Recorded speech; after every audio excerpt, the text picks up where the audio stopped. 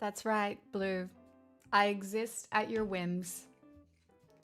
Hello, everyone. Welcome on in. Happy Thursday, my time. Tiny, Harborside, RJ, welcome. Hi, Garden Snake. Vegeta, welcome on in. Athena, Demon, you're such a reg now. What the fuck? G-Temp, hello. Hornet, welcome. Strawman, Athena, hello. Queza, hello. Thomas, hello. Neuro, welcome. Professor Fappington, you are good at drawing background. I consider that the highest form of praise. So thank you so much. Welcome on in, everyone. I can't believe it is Thursday and it is another week. Hi, Fox. Welcome. Hello. Well, I have been busy. So busy. But good busy. Good busy. Good busy. Good busy. But good evening. The weather has gone crazy here. It's very cold now. But it's great because Pixel's not coughing. I reckon she's coughed 3 times today. No meds. Well, regular meds, but nothing else. She really, she just, it's that, it's just such a, but it just, I'm well steamed, curled up in my chair, hovering on the sedge of a food coma. Oh, delightful. Hi, Fegus. Hi, Raziel. Me too. Me too. It premiered last night. I loved it. If you read any of Eden Blyton's books growing up, I cannot recommend this movie enough. I loved it. I loved it. It's got so many good messages for kids. So many incredible messages for kids. There was like gender bends in there that I really liked. And it was just whimsical and mystical, and I don't know, it was just a really enjoyable kids movie. Like, I really liked it. Thanks, Fornet. See our politics update. Stupid president is shitting all over our no military neutral position of years of saying yes, Daddy Trump, please military base. Yes, well. Welcome to the list of countries that has American bases in it. Australia is number 1. Cool. Have you heard about Pine Gap? Not to brag or anything, but we are kind of like the leader in American bases. Hello, JD Pondon. Oh, welcome on in. Hello. Satos, welcome. Good evening.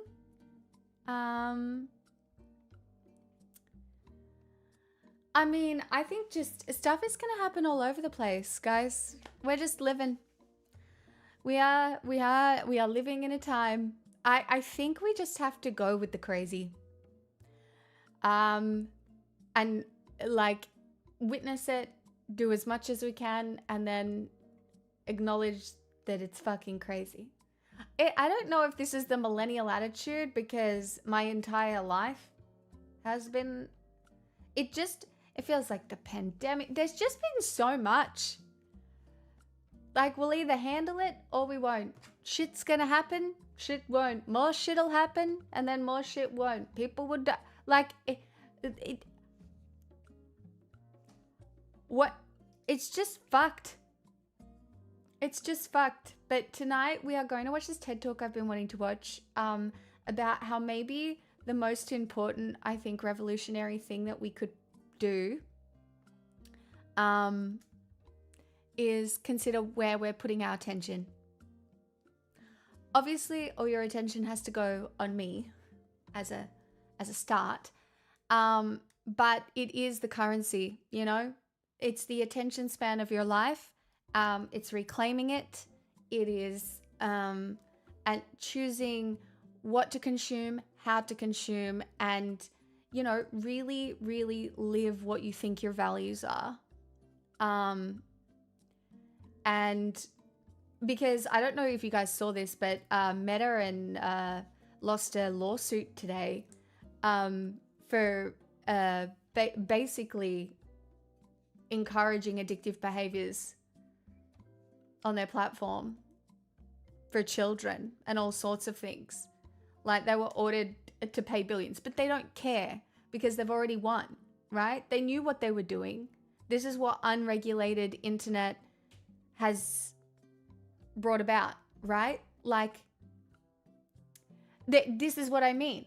It's a civil suit. It's meaningless. It means nothing. But what it does mean is that your revolutionary behavior can be reclaiming your attention from the shit that you think is important to the stuff that actually aligns with your values, right? And I know you've got to remember, I have an agenda here where I call this different because this is community and it's different and it's controlled consumption, right?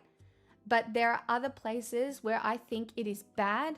I think it has changed our lives sociologically so much more for the worse. The idea that you have to have a fucking personal brand, or the fact that you have to have followers online to be allowed to have an opinion. There are so many parts that I want to sit here and critique.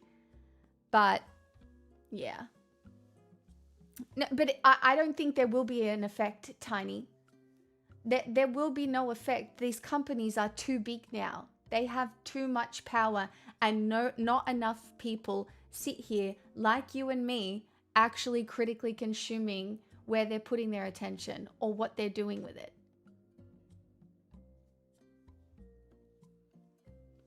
Athena, no, your mental health is the most important thing. Like, tonight's not really about being super informed about what's going on in the world. Where literally, I have read the news. So if people bring up news in the chat, I will have an opinion. But tonight is about, I think, what the only thing I ever want to do on this stream is improve our lives so that we become more resilient and better at processing what the fuck we've been presented with. That's all I ever wanted to do, because that is the point of education, and that is the point of educational content. That and being silly and funny and obviously beautiful, so it's okay, I'm not fishing or anything. I might be. Thank you. Chef's kiss. No notes follow Stan. A perfectly timed resub. Thank you so much for the 37 months. Happy Thursday to you too. I mean, holiest of hand grenades, I agree with you. I completely agree with you. But I'm having a little dinner party. No alert? Was there no alert? I'll refresh the cache of the current page and see if that works. Oh wait, there is no alert.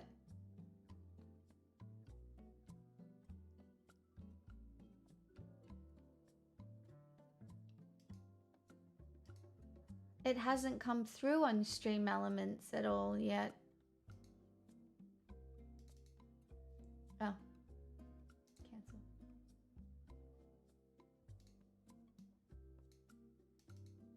Okay.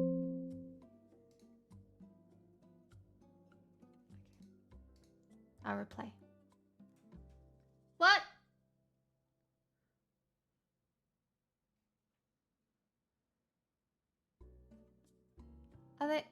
They must, I think they're broken.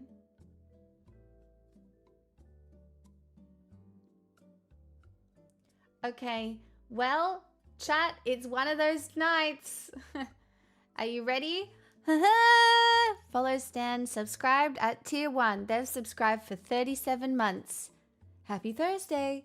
Thank you so much, Follow Stan. Did you like your personalized voiced out alert that is clearly very good and worth every penny? I hope you liked that and it brought you lots of dopamine. Woohoo. Hi, Blue. That's right. Personalized alerts until they come back. I hope you like them. Heck it, we do it live. I do it live. That's what we do. When the alerts are broken, I'm do my best, because they do seem to be popping up, but... Oh, thanks, Kinda Hot in these rhinos. Hi, Kate. Guys, guess what? I got Kate's last spot while she's in Melbourne for a catch-up. So I'm very happy. That's right. I booked myself in. I booked myself in and I got one.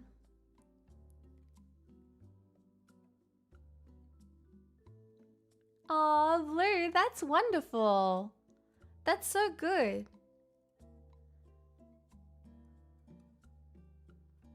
What do you mean, Tiny? We're having coffee.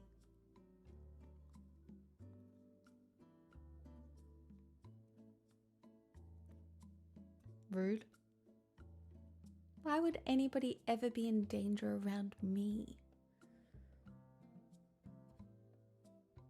Rah. I'm so scary. I'm so scary and mean. Everybody knows I'm so scary and mean. You're very scary? Thank you. Many people say this. They talk about how scary I am all the time. Oh, I just realized multi-chat is broken too. Oh my god. Wait, so is everything, I think Stream Elements is like full broken.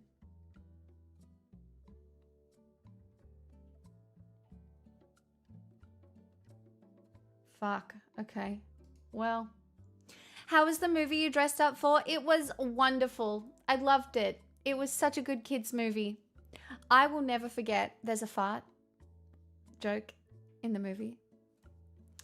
And I think one of the greatest moments of my life was sitting in a packed out theater with heaps of kids, and as soon as the fart joke happened, they all just lost it.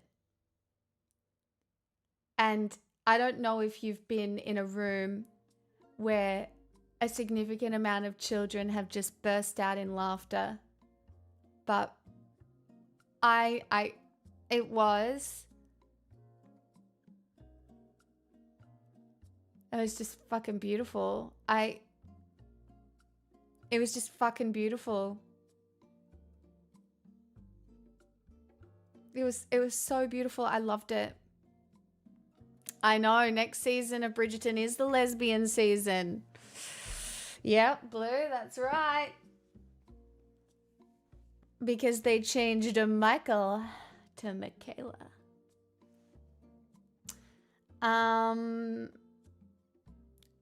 But yes, if anybody does any alerts tonight, I will give you your own personal alerts. So, Blue's trying to get me to watch it, as she should. As she fucking should. Look, I know, I don't know, you don't, is it you that doesn't really like romantic movies, Fox? I think it is. I don't know, there's something super sexy about a hand across a table, you know? A little bit of a hand flat, you know, it's all good, all right? Nothing like a little bit of yearning, all right? Yeah, well, fuck homophobia, all right? Fuck gender. Fuck it all. Like, truly. I refuse. I simply refuse. I simply refuse. People are people. Every fucking, what do they say? Every fucking generation thinks they've invented sex. New sex, old sex, maybe it has to be more pure now. Maybe it has to be less pure. Every generation, like, guys, humanity has been doing all of the sex things that you can imagine since the beginning of time. Okay? We're crazy. We're crazy. Stop it. Stop it now. Like, I cannot stand it. I can't stand it. Like, do whatever makes you feel good. Whatever makes you happy in the brain. Fuck it. God. Ugh.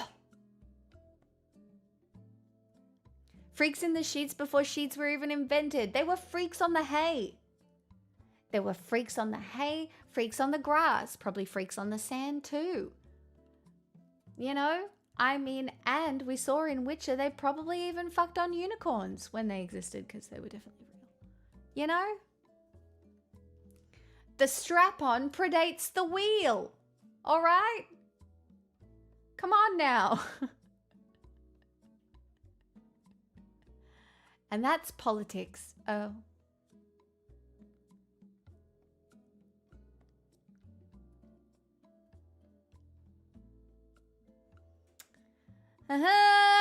Tasty Velociraptor has gifted a tier 1 sub to Moist Snail Poop.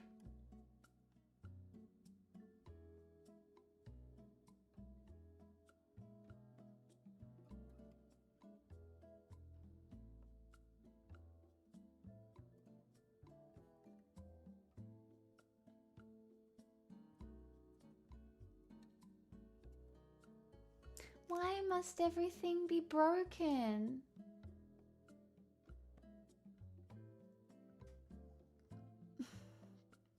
I love the clip of the archaeologist holding what is obviously a polished stone dildo, saying it was for ritual purposes.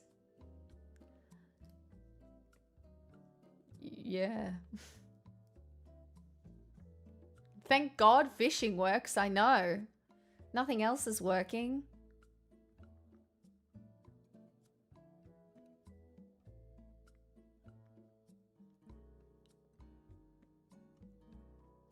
Oh my God, Jonathan Bailey is maybe the best eye fucker I've ever seen on TV. That man knows how to look like he's seeing into someone's soul with his eyes on a camera, and it can be anyone. Like, man, Fellow Travelers, Bridgerton, Wicked, the list goes on. Like, that man is just like, huh. It's very impressive. And it's because, you know what, Jonathan Bailey, he's not afraid to look vulnerable, right? Like, the hunger in his eyes, it comes from a vulnerability, and that's why it's so hot, and you can see it every time he does it. Ugh, chef's kiss, no notes.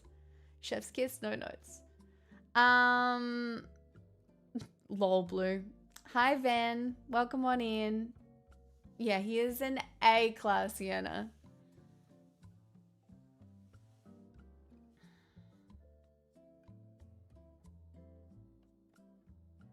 He does fit the sexy man in glasses trope. Look, guys, I did do a whole PowerPoint on it. Don't know what to tell ya. It's just a thing. It's a thing. It's a thing. It's a thing. It's a thing. All right?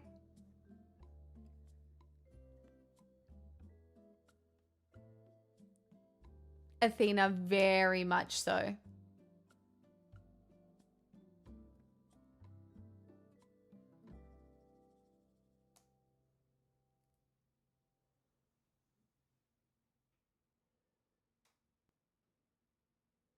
We're so blessed to live in the same time as Jonathan Bailey, aren't we? Really? That's got to go on the list of reasons to be alive. We should put it on there, you know? I think that's important.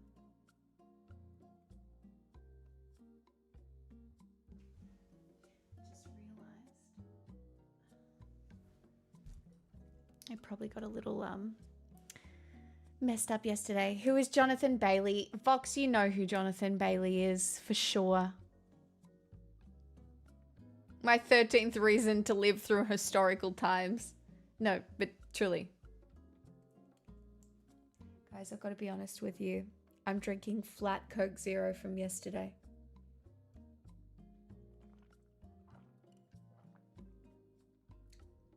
And it still tastes amazing. No notes. Wow. Literally. Great. Generic white man model number 4. Oh, see, you think so. I don't know. I think he looks unique, but he is very hot in generic white man way. Guys, I don't think we should shit on the generic white men, okay? If they have the right attitude. All right? You're allowed to be a generic white man. You're allowed to be a generic white man. But if you're a good generic white man and using your powers for good, I ain't gonna shit on you.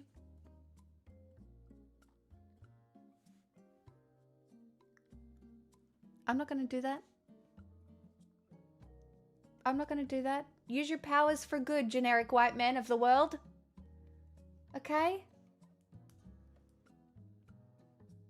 No, like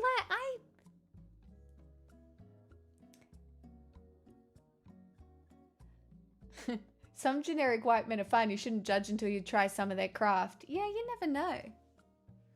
You never know what's going on with the generic white men who have fixed some of their shit. What are your thoughts on generic black men?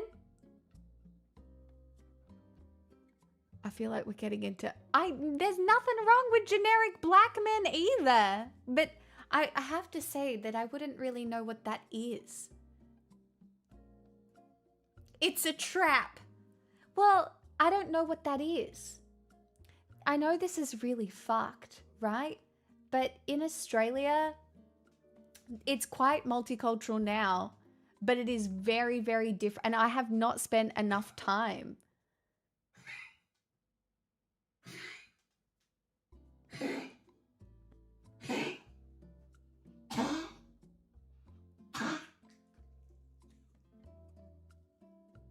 That's a 4th cough for the day.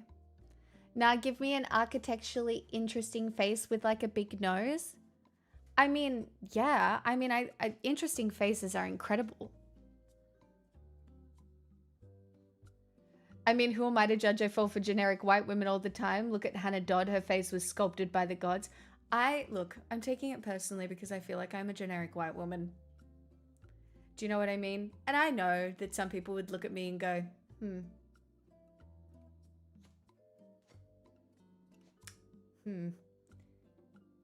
Okay. No, Australia is really diverse. And even around me, like there's a really decent Sudanese community, and stuff. Like it is diverse, but we have obviously black people here, BLAK, like Aboriginal, and Indigenous peoples here.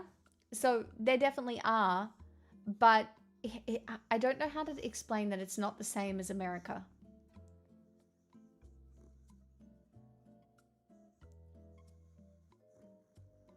It's hilarious that people are like, but Francesca, feminine and pretty, too pretty for lesbian. Yeah, because there's never been a pretty lesbian, ever.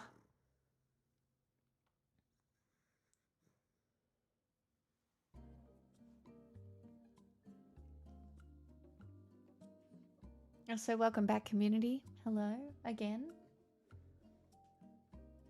The beard is what determines if someone's generic or not. Okay. Mixel, how old are you? Old enough to be your mom?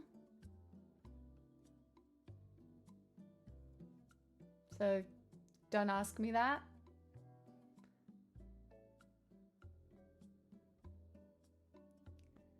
Community, I'd be interested. People would be surprised. So it's not a great story.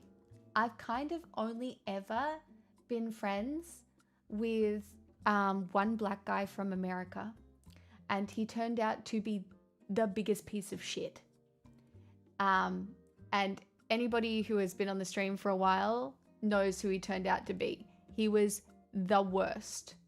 That is not, I'm guessing, the universal experience. But basically, he lied about having sex with about 15 different women in the Australian streaming community. You would know the story. And we all confronted him together. Yeah. It was a pretty crazy time. You always imagine him as white? Nope. Nope. And it's crazy because we were friends. Like everybody was, it seemed normal for so long. Nope, that motherfucker was going around behind the scenes being awful. Anyway, you just never know sometimes, eh? You always envisioned him as a white guy? Wow, look at that. Look at the assumptions that people make.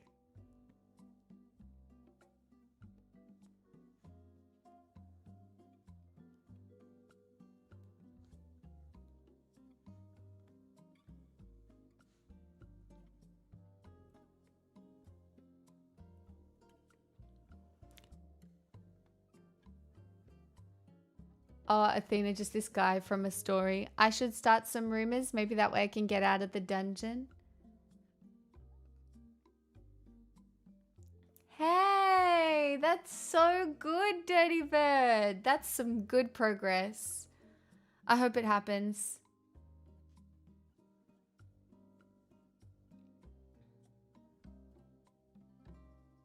Hey, Faint Bunny.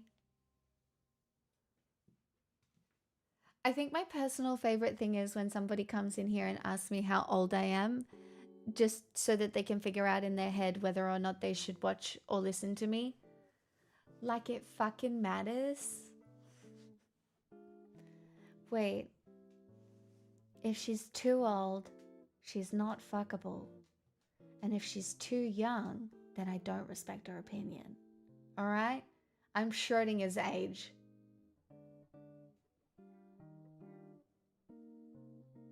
Okay?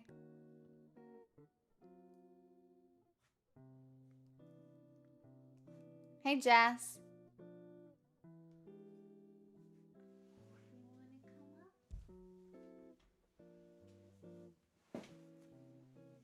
think she'd like to say hello.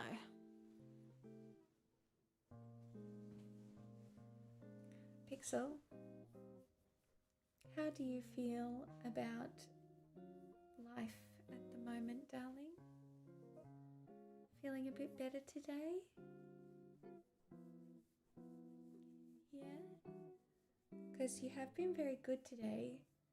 The weather's kind of miserable, so it's not like we got to go for a very long thing.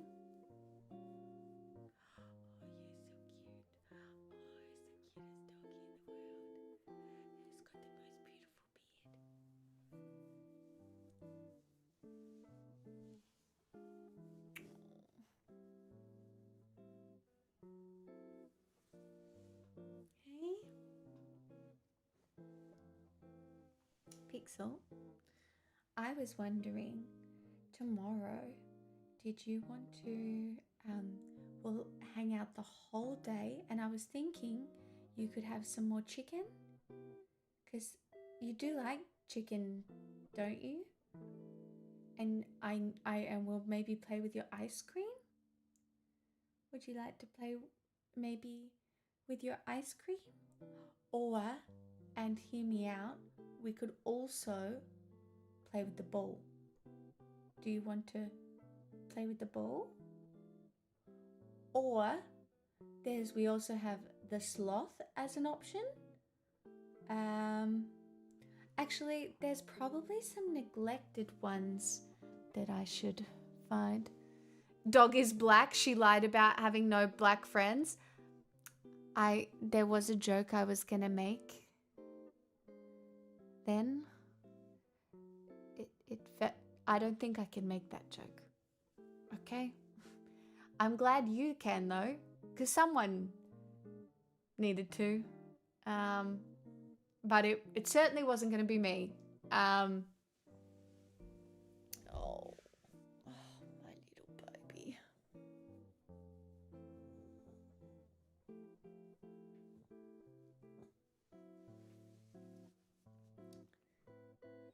I don't know what I honestly, do you know what I think this is more than anything?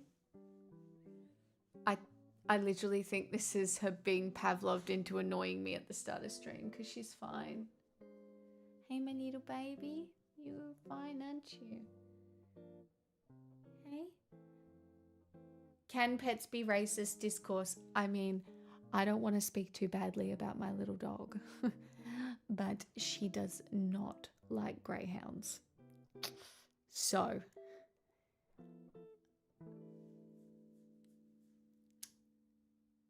don't know what to tell you.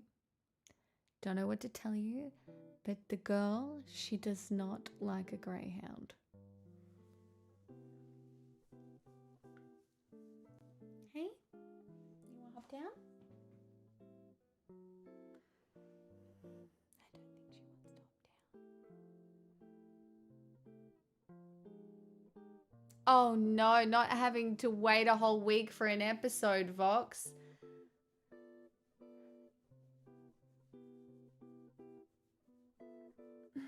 All right, hop down. What do you want?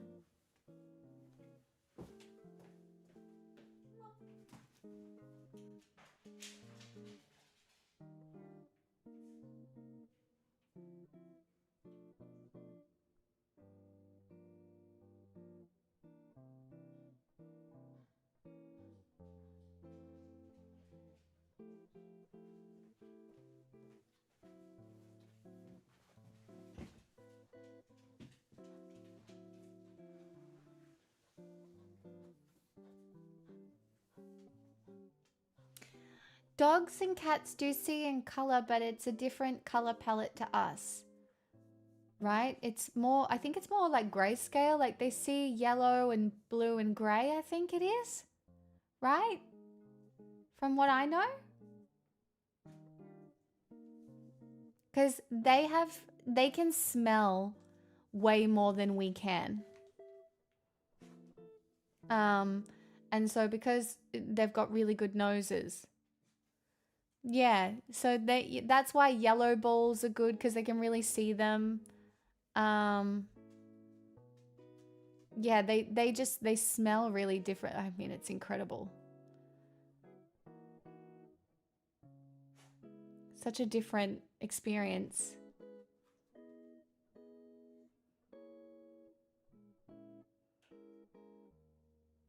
I mean, some people do have really crazy smell community. Like some people have super snouts. I don't think that's the right word. But they do. They have super they have super smell abilities. It's very impressive. Like they can smell like all the ingredients in food or all of the things in a wine or whatever. I can't. I have a good sense of smell, but not that good. Hi, love the hair and outfit. 100 out of 10. Also keep up the great work and have a great day. Wow. Thanks. That's nice. You complain about smell a lot? What do you mean? Oh, I don't like when things smell like mildew, and I don't like when, like, there are some smells I don't like, and I like it when a man smells right. Women always smell right, but men only sometimes smell right. What do you want from me? And I cannot tell you what smelling right means. All right? There's no way for me to put it. I have next to no sense of smell. Like an inverse dog scent has to be like a nuke of smell for me to pick it up. Starzik, you've gone fishing, which means you have subscribed, but there is no alert because alerts are broken. But are you capable of helping a man smell right? I just don't think it's controllable. I think it has to do with like what you eat. There it is. Starzik has subscribed with their Prime for 57 months. Slay. Tasty Velociraptor gifted a tier 1 sub to Man Sniffer. They have given 1860 gift subs in the channel. Huh? How did that work? What? Well, that one worked. 57 wonderful months. Starzik, you're so nice. You think it's genetics? I don't know if it's entirely genetics. I think it can be like what somebody eat. There's so much of it, you know, and it's very hard to describe, you know. There has been, I would say, 2 men in my entire life that have smelled all the way right. If you know what I mean.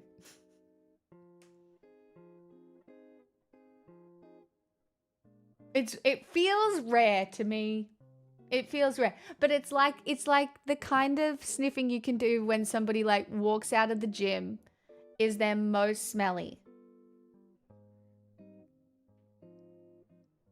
And you're still like, yep, good.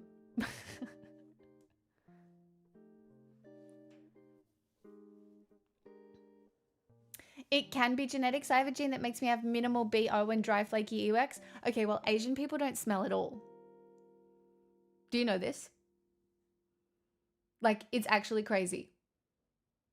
I actually learned this from Miggy. Like, Asian people just don't have the bacteria. That's your gene? It's Asian in origin? Maybe that's a bit too simplified, but sure. Okay, well, I mean, we can go and explain it more if you want. I was just doing the thing. But I do like a nice smell. That's why I put the $600 perfume up on my throne. Because I would like to smell like that. That's right. I figured out how to put things that you can't get on throne, and then people can put money to buy the thing on throne. Figured that out today like a queen. That's right. I did that because I'm so capable and amazing at doing things. So, yep. Yeah, my partner says I just don't have a smell. It's really, really easy to identify because you don't produce waxy earwax. No testing needed. Huh. One of my roommates is Chinese and that broken smell, well, that's probably a hygiene thing, dirty bird, more than anything. My throne list isn't that cooked. There isn't that much on there. There's still not really a lot on there because I don't want to like ask the things that are just like random.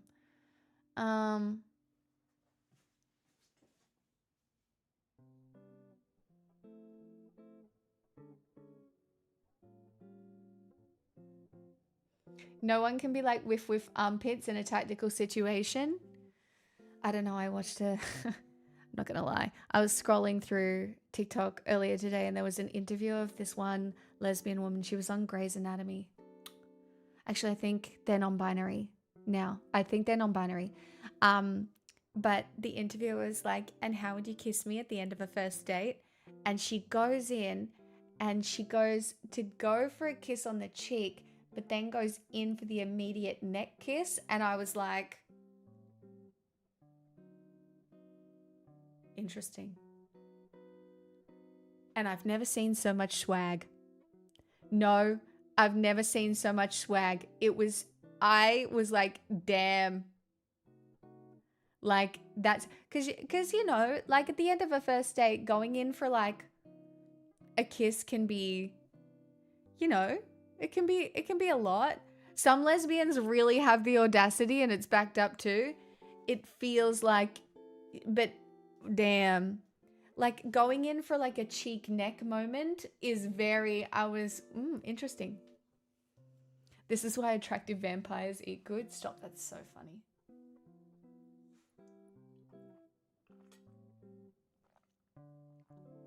Wait, so then why doesn't this alert work? Archangel subscribed to tier 1. They've subscribed for 57 months. Smixel love, Smixel wave, Smixel. Woohoo. Not gifted? Why is everything broken? Why is that broken? I probably need to update my computer or something, and I don't want to talk about it, okay? Excuse me? Do you know, I actually think she wants a treat. She hasn't had one. Do you want a treat? You haven't had one. Do you want a treat? She hasn't had one today, and I've only got one left, so... Okay, fine. It's fine. You can have it.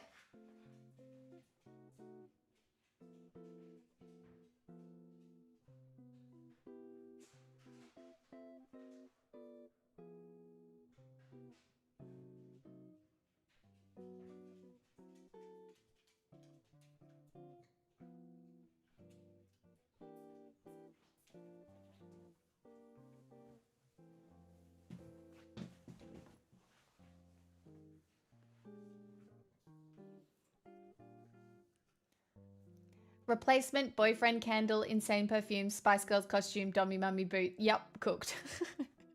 I don't have black boots. What do you want from me? I want a pair of black boots. With a heel. For winter. Alright, a girl, look, it would look so good with the outfit that I have on now. Alright. What do you want from me? Yeah, winter. We're going into winter. Like we're about to hit autumn. No, they don't have fur. You have black boots, maybe not knee-high heel ones. I don't have black boots. I have short black, like patent ones that were $20 from Kmart. Yes. And I've got cowboy boots.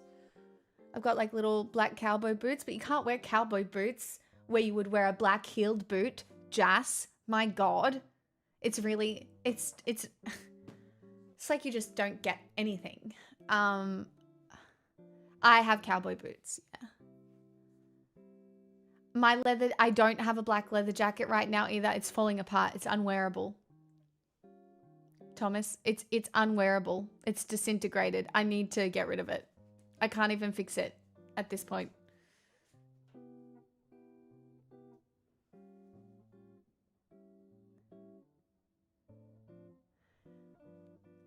Aussie shows that you've been missing out on. It depends on what kind of show you like.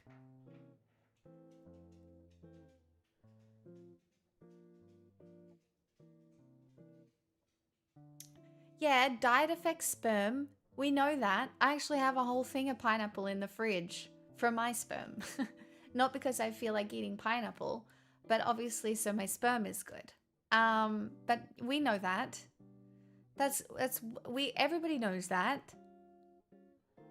And also asparagus makes your pee smell weird. Just so you know. So like if you eat lots of asparagus, your pee probably smells weird.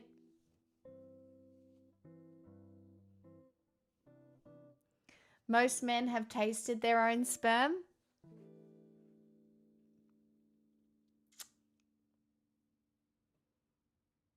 And I believe you.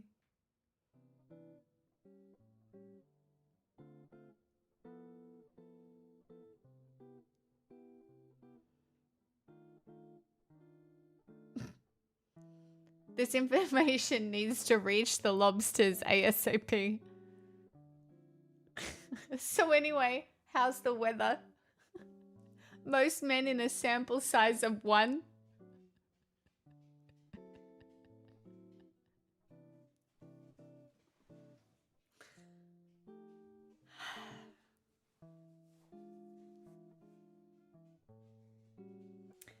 I love the internet. This is what I get for being on Twitch at 2 a.m.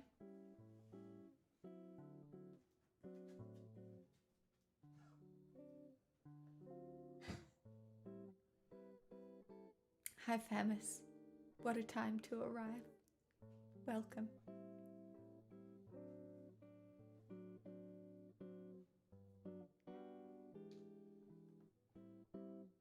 Abort! It's only 7:30 here, Blue. She has no excuse. What do you mean? It's not my fault. I don't do any of this. It's all you guys. This stream has taken me places I wouldn't go with a knife. Hi, Angry.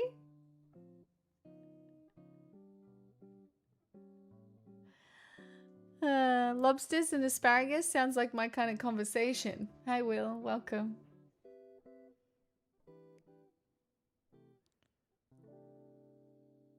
It's 9:30 a.m. here, basically midnight. Yes, this is definitely morning coffee conversation. You're welcome. 106.9 FM with Pixel Smixel. Enjoy.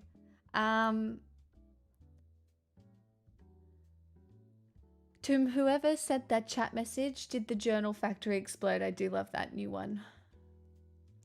I did see that one as well, Blue.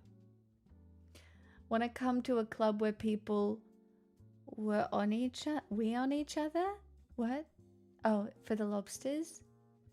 Guys, I'm pretty sure those clubs exist. The P ones. I think they do. I think the P one. I think the P clubs exist. It depends on if you used bread or a burger. Obviously, community. Today was a day of affirmation for me. Met up with an old friend who may or may not work at the same place I did and was told, no, it's definitely not you, it's definitely them. Of course it was. Famous. Are you kidding? Are you king shaming? Never. What do you mean? If you want to be peed on, go for it. I don't care. Are you harming anyone? No, I don't care. I love that you would think that I care. I do not care. I'm convinced half of you are feet people. Alright? God knows what the other half of you are. Okay? I don't give a fuck. If you're not hurting anyone, I don't care.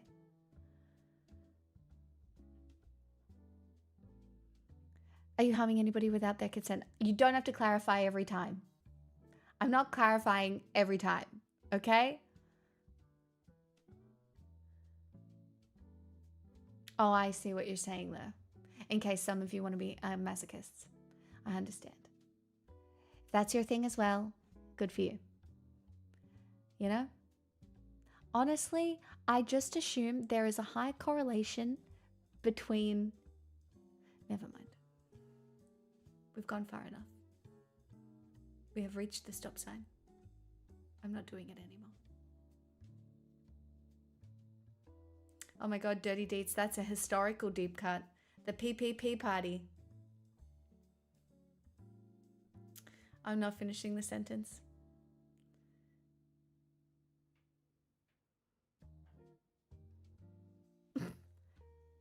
Clint, I know it. I didn't bring it up. Between autism and paraphilia? No, it's between autism and more creative sex. If you can get it. You know? Yeah, well, and then there's Vegeta, who's into sneezes. So.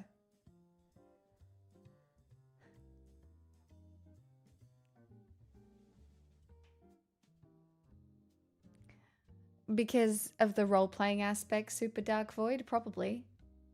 This chat attracts communists who are pea people because what's more important of a resource to share than ourselves? Tasty, what was the name of that website we were going to start? It was a great porn name of a website. Can you remember? I cannot. It was going to be great. It was like mutualaid.com. Mutualaid.com. Wasn't it? I think that's what it was. Seemed kind of genius at the time. You know? And it's, yeah, mutual aid goes hard, right? And imagine you just made a dating app for anybody who has red marks. I'm joking. And you have to do a test to get on it. Like, you have to do like a full test, all of the tests. But it would still be infiltrated, so it's just so not worth it.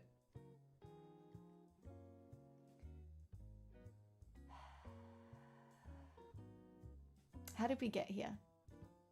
It's Thursday, not Tuesday. We don't talk about sex on Thursdays. Thursdays is for historical fact. Well, I guess we did get here from historical fact, knowing that the dildo was invented before the wheel. So. Also, I think it was in Mayan culture or Aztec culture, whereas if you were caught masturbating, you had to do it with chilies. That's another one of my favorite sex fun facts. You're welcome.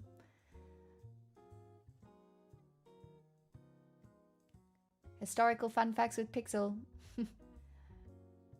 Problematic edition.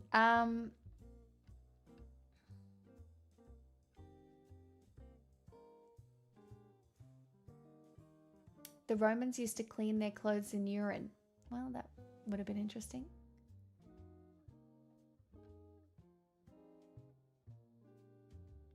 Tiny.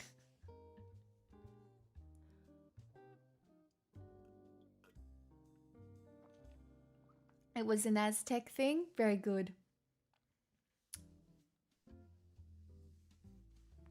Urine has ammonia, that's why. It does. Take with a grain of salt, I think it was Cleopatra sticking bees into a dildo for the first registered vibrator.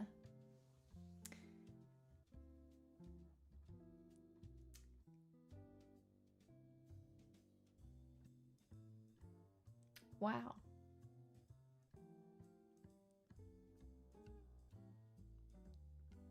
Wow. Salmon. Oh my god.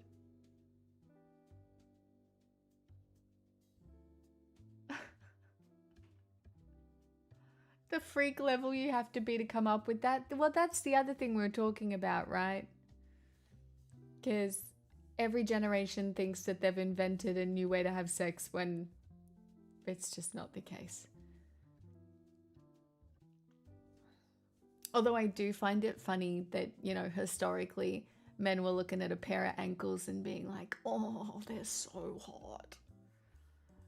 Fucking ankle. Oh my god. That's so king community. I love people who roll. Oh, what a time to arrive, Jack. Oh, what a time to arrive. just as we hit soaking. Hey, Zula. Woo.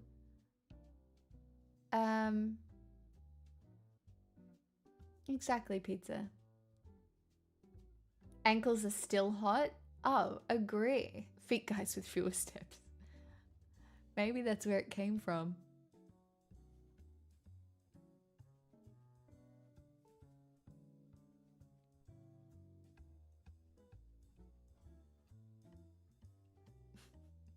Soaking is nice.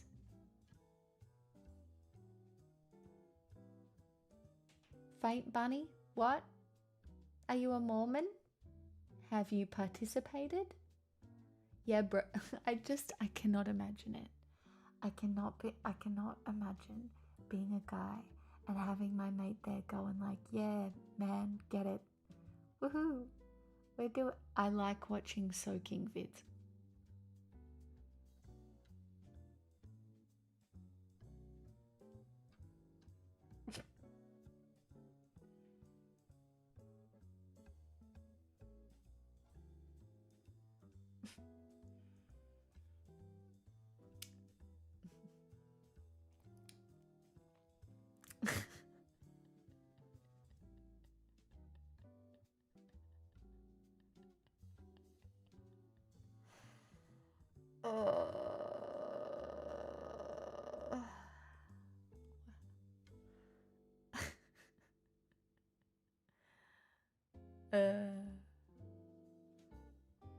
Wow, what a time to be a raider. I'm so sorry. Welcome. Welcome. I haven't watched porn in like 8 years. Maybe longer. I don't even know. It's been a long time. So I couldn't tell you. I don't even know what the trends are these days. The only information I find out is from you guys. Ain't no way. It's the truth. I'm not lying. Why watch when you can read? Okay, that is true. I have read a little bit of the Fairy Smut, and I did read some Hermione fan fiction. But not all that often. Omegaverse? I did watch a couple of the Omegaverse like TikTok short videos, but not really. I did miss, I don't think I missed the stepbrother, stepsister thing, mostly.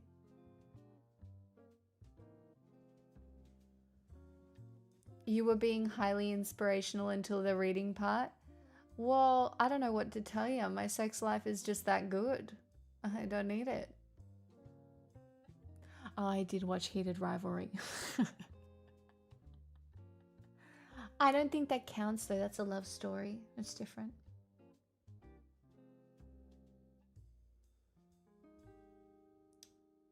That's different.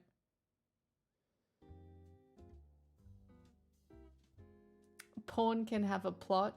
Sure.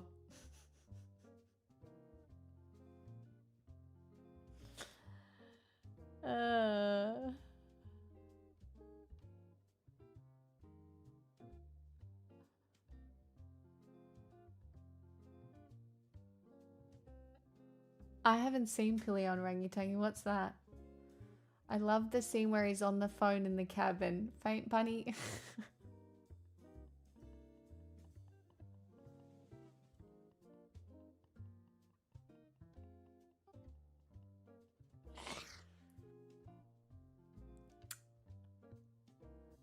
You really, there's no shame in your game, is there? What happened in the cabin? He's getting some action while he's on the phone to his dad.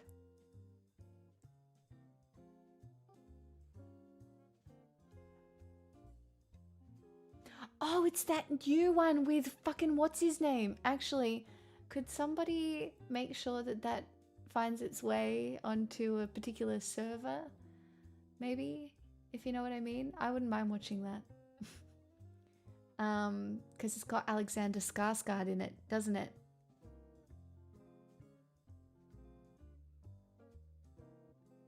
Yeah, I want to see it.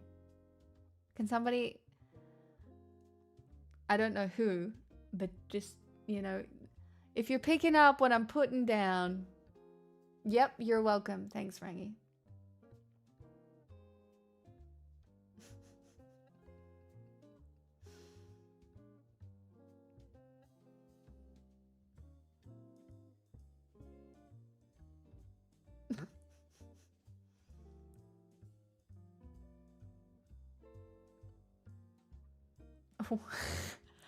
Watching gay porn as a straight guy is awesome because I can focus on the story.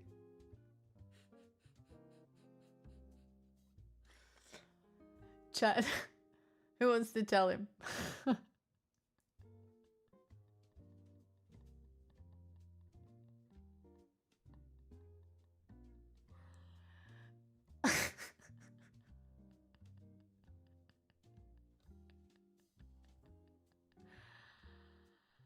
Fuck.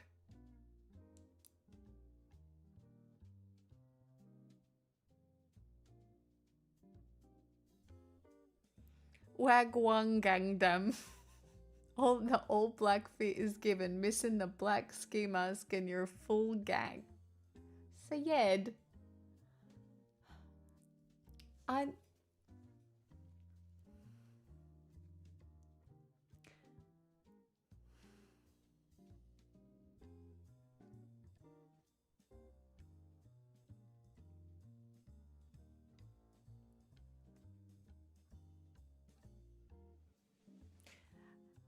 Chat, I'm going to need $5 from everyone. Not that I would ever ask, but I am going to need $5 from everyone because unfortunately, you fuckers have made it near impossible for me to ever get a regular job because I have to talk about soaking on a bi-weekly basis.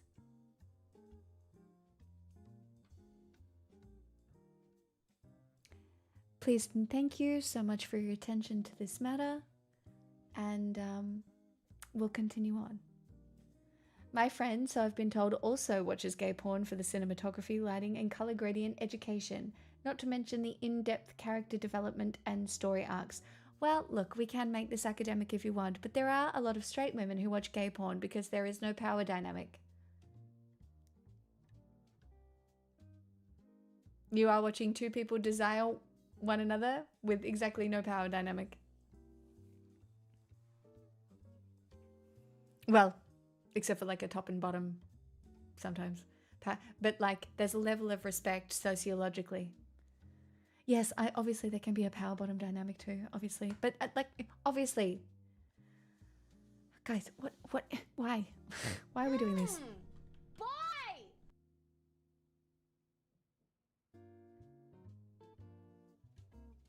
Wait, I'm not getting any of these alerts. Soaking tax. Thank you. Thank you. Thank you. Salmon. I don't know who did the halfie. But also thank you. I'll happily take installments, that's fine. Lol. Hilarious. So funny. Pixels, I know how gay sex works, Mixels. I don't know how any sex works. I've had sex one time.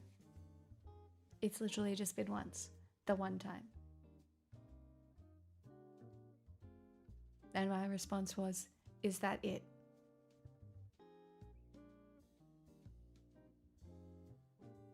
I don't think he liked it very much when I said that. Okay? And that's just the truth. Mm-hmm.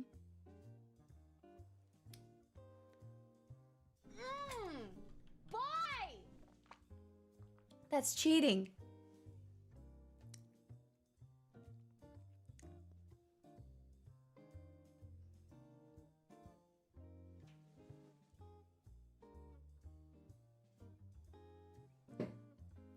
I don't know who did that, but that's cheating.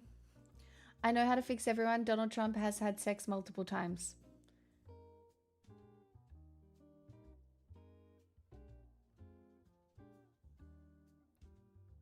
God damn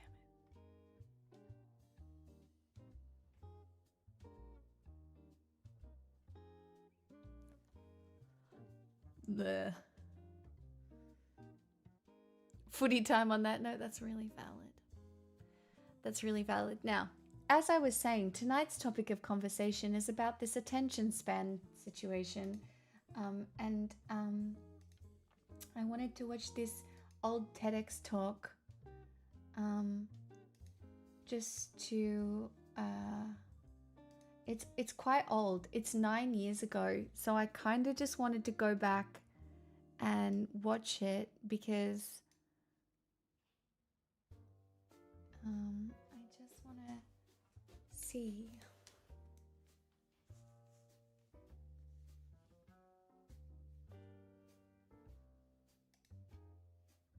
Currently getting flashbanged.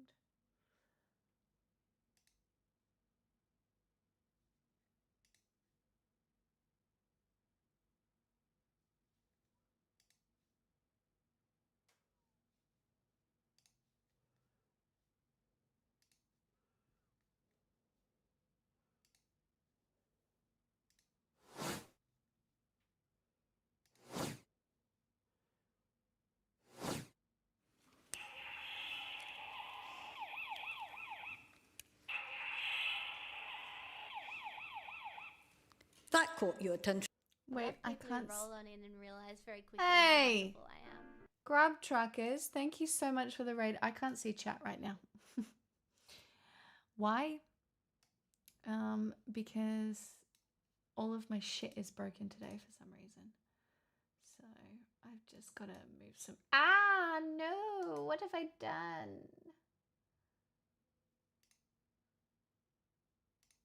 It's fine. Grub Truckers, how you doing? I hope the mac and cheese is mac and cheesing. Hey Assassin, hey Babstib, hey Dead Dog. You can't eat, you can't beat your feet. What? Yeah, I know, we're watching Scrub Ted because I just want to see. Alright? Yeah, I know. I'm not mad. I love Babstib. Sprez. Babstib thinks I'm cool. The rest of you don't, and that's fine. I know I'm niche, okay? Babstib goes around trying to tell people that I'm cool, and you don't believe me. Or anyone. But you should. Maybe. So, yeah. Yeah, Pornhub's gone now. In Australia. Kind of. You can find it, I'm pretty sure, if you tried hard enough, but... Didn't it? Sirens and flashing lights are patterns expressly designed to make it very, very difficult for those parts of the brain that process sight and sound Babs to Turb ignore. gifted a tier 1 sub to Spress And GG. I added something else. They have given 75 gift subs in the channel. And that was the unexpected. At least I hope you weren't expecting sirens and flashing lights just because I walked on stage. And that makes it pretty obvious to see why the brain pays attention to that kind of signal, to that kind of input, and especially to the unexpected. When you have a shadow where one shouldn't be, a sudden sound, a breath of air on the back of your neck, your name, Dan, coming up from a bubble of noise, it could mean danger or opportunity. And at this point, you're probably thinking, why is she asking us to pay attention to attention? And that's because there's nearly 50 years of working with individuals and organizations to help them change, develop, learn, do what they want to do. Attention is simply the most important factor I've come across. And that's how we ended up getting Scrollpamine. This talk is 9 years old. It's 9 years old. And look at what has happened to our attention spans. Look where it goes. And of course, it's not attention by itself. It's attention together with practice and with passion. And the practice is not mechanistic practice. It's intense, deep, dedicated, hardworking, try, fail, try again, improve, do it again, 1 step forward, 2 steps back, do it again, that kind of practice.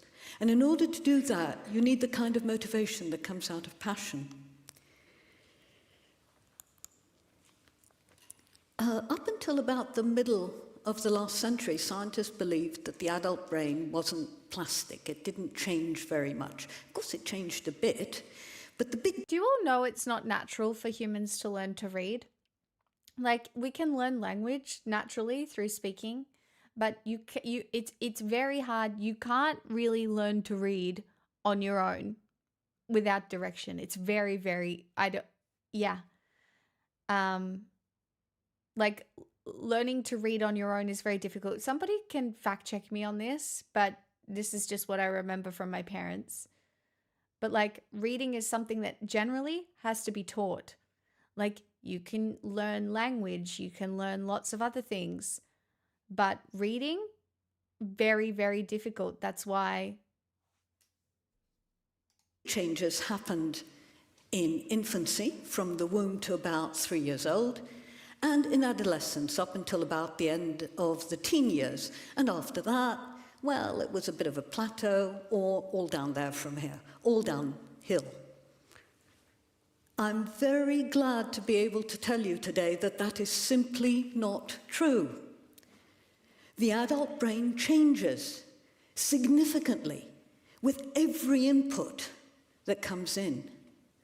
The point is how to change it in a direction you want to go in, and sustainably and significantly.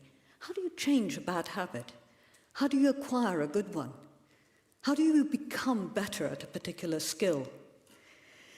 And how does all that work?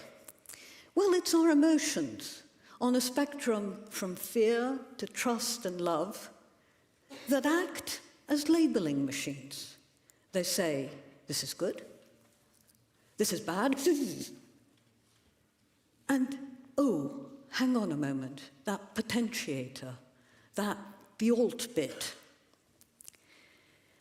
And it is that attention, whether it's bottom-up, coming in from outside the environment or our inner environment, our body, or top-down, coming from where we put it, that is how we direct our attention. And of course, fear attracts attention more than anything else. And again, obviously, because you want to. And what does conservative politics invoke most of the time?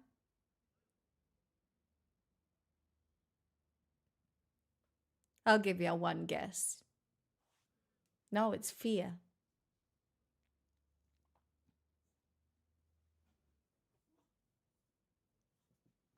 That's what they're going for. Sure, it's disgust, but it's fear. That's what they're presenting most of the time. Get away, you want to survive. But the other labels attract attention too. And Darwin said, hardly any faculty is more important to the intellectual progress of man than attention, as when a cat crouches by a hole waiting to spring on its prey. Some people say attention is like a conductor, orchestrating a number of neural networks to fire at a level and an intensity that takes an input from the subconscious to the conscious and enables the brain to work on it. Well, that has an implication. And the implication is that attention appears to be the mechanism through which the brain focuses its resources. Now, that is the most important thing I'm going to say to you today, so I'll say it again. Attention is the mechanism through which the brain focuses resources on something. And that means if you can direct your attention, you are directing. I actually disagree, Vox. I think it's more fear. Disgust is a part of fear. I agree with that, Salmon, but it's definitely fear. because it's trying to make you, these people are coming after you. These people are impacting your safety, your way of life. Everything that makes your life meaningful is being attacked by these people, and you should be scared. You need to be scared.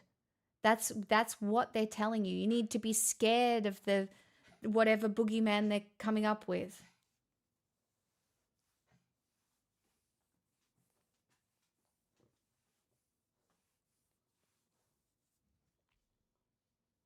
Directing where your brain puts its greatest resources.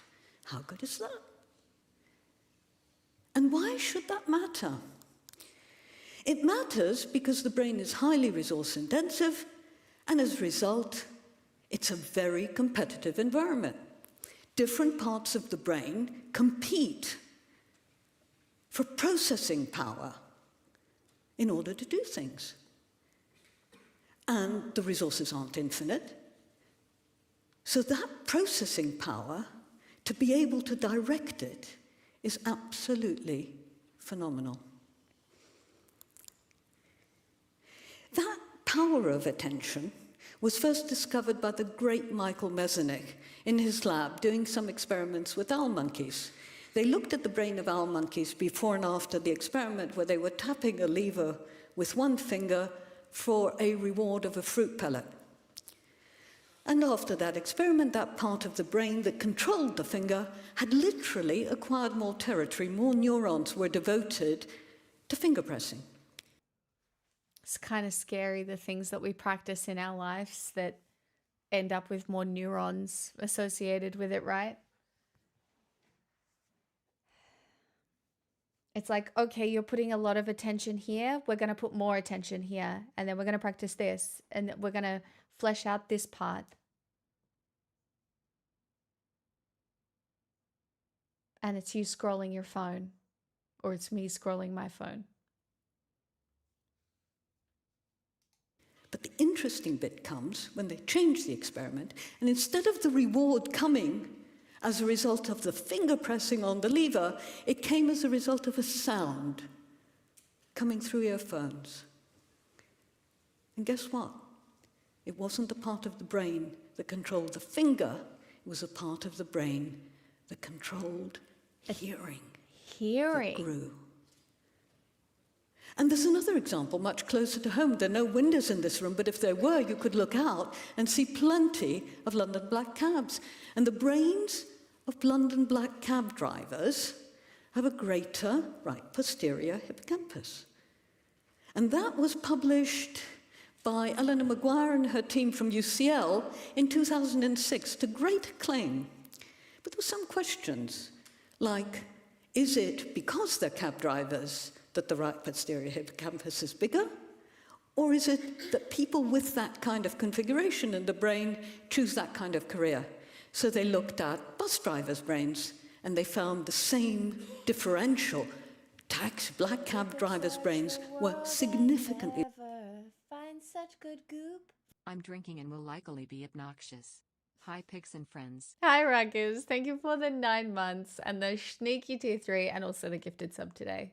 I'm very grateful. Thank you so much. Welcome on in. We are learning about how attention is basically one of our revolutionary tools to fight back against stuff that is manipulating us. I've been thinking about it a lot because, as you all know, historically we've talked about scrolling and how our attention spans are being stolen from us and how they're being weaponized against us, what the 24-hour news cycle is doing to us. Things that mimic ADHD.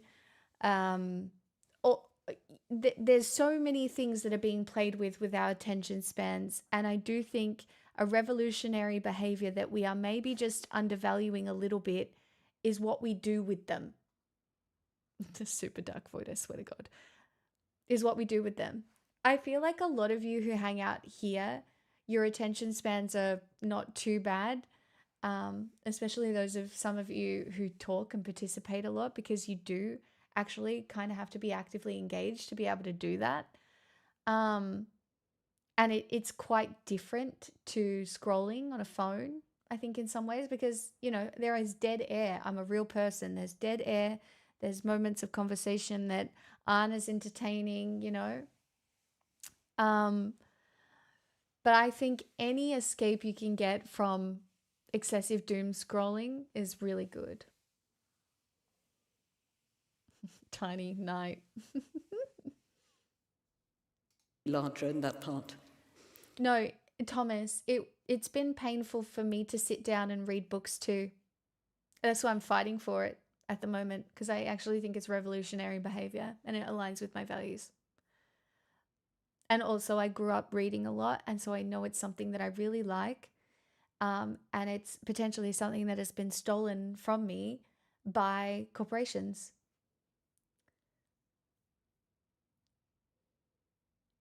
Reading is important for your brain. Do you know what else is really important for your brain, which is undervalued? Pen to paper.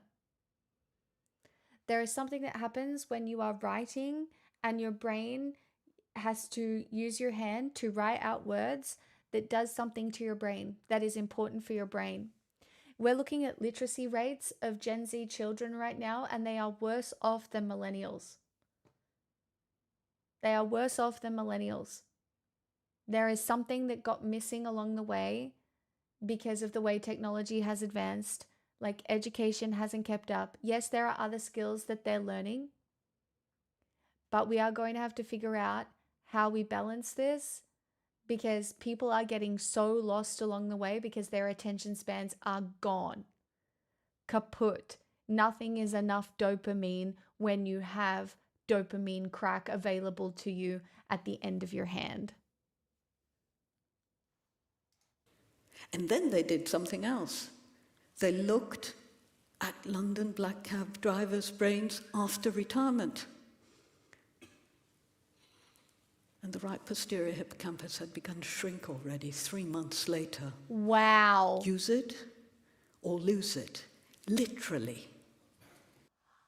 That's so interesting.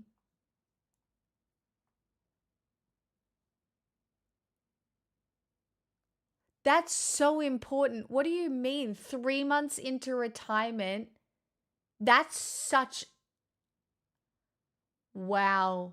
That is but that is faster disintegration than I could ever have imagined. Yeah, it's navigation. It could be hand-eye coordination and all sorts of things. But like, the fact that it's 3 months before it starts shrinking. How have corporations stopped you from physically reading or writing? I'm a Gen X child who is set with lots of deal abilities in life, but never let anything stop me as an individual. I mean, Ryan, I see what you're saying here. But when you are presented with very addictive forms of like scrolling and media, it's attention stealing. That's what they're doing. They're profiting off it. We do not blame the individuals in this. It's not a choice. Like, yes, to us, yes, you can stop smoking. Yes, you can stop drinking. Yes, you can make the choice to change your life every day. You are empowered to make a different decision at any moment. But for some people, addictive behaviors are incredibly difficult to break. The idea that you think it's all personal responsibility and that like we shouldn't have frameworks in place that, I don't know,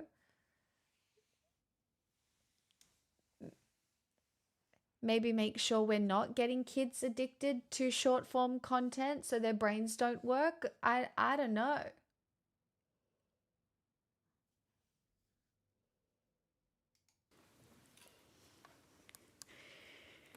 What happens, in addition to territorial expansion, is that communication between neurons increases in efficiency. There's simply more neurotransmitters, the more... Yes, Mr. Snooth, I see what you're saying, right? That our brains could just be changing to a new way of working where we don't have to remember anything. Look, I can explain one way my brain... I used to remember phone numbers. I know 3 phone numbers and a couple of historical ones. But like, remember when you were younger and you remembered phone numbers? Or you had to go to the phone book and look up someone's house phone number? And now we don't remember phone numbers really anymore because we can just Google them, right? Right? That's changed. And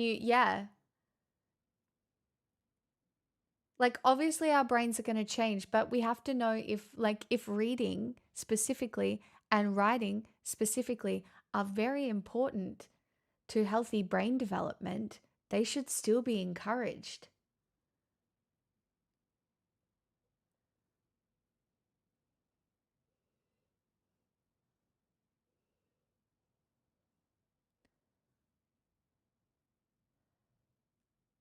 Case, I agree with you.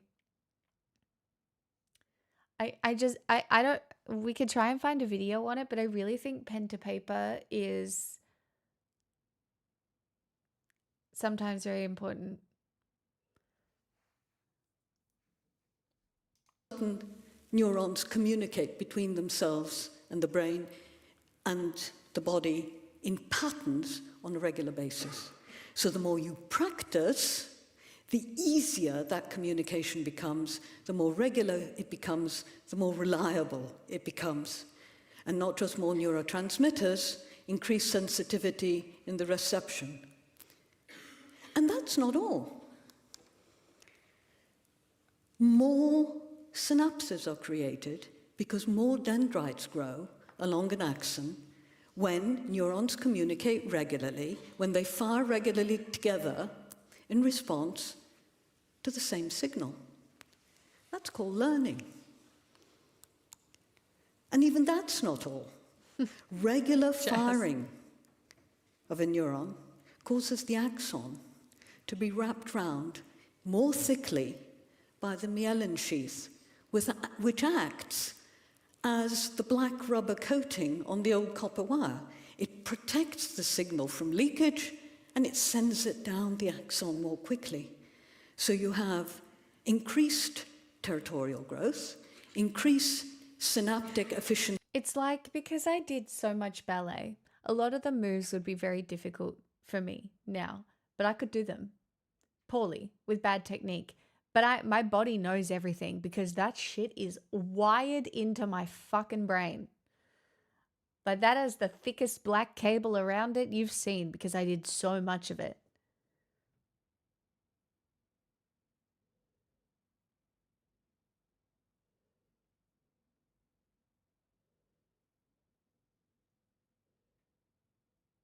You'd also be good in like a month. No, it'd take longer, Jess, because my body at this age is not designed to do ballet. You'd be surprised how much you lose when you stop dancing. No.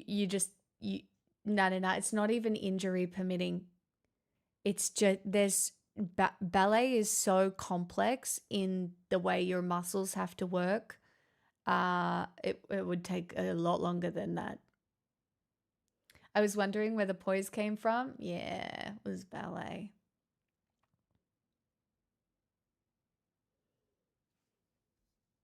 See speed and regularity, and that underlies just the most fantastic things. Creativity, as we were hearing, learning, development, change, skill acquisition, the ability to swim like a fish and win an Olympic gold medal, the ability to lose a bad habit by disciplining yourself, to practice not going to the fridge immediately on coming home from work. The ability to be an expert driver, not necessarily a Formula One driver, but the kind of driver that is so good and so expert and so knowledgeable that by the time you've got home from work, you can't remember how you got there. And that helps the brain conserve energy. Of course, you cannot really be Michael Phelps unless you're shaped like Michael Phelps. But you can be a gold medal winner, world champion, and Olympian, starting rowing at 18, and having the passion to practice and improve, and get there in spite of holding down a full-time job like my son did, who's here today, for which I'm very grateful. And both that top-down and bottom-up attention is what changes our brain. But it's the top-down stuff, it's the stuff you direct that will change your brain in order to achieve the results you want. And you've heard the 10,000-hour rule.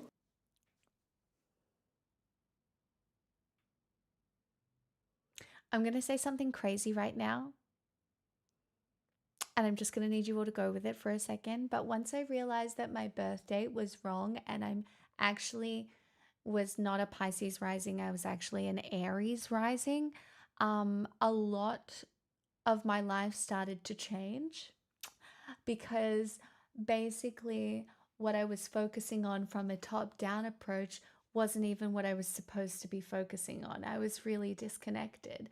And now that I am connected in the right way with my knowledge, everything is falling into place.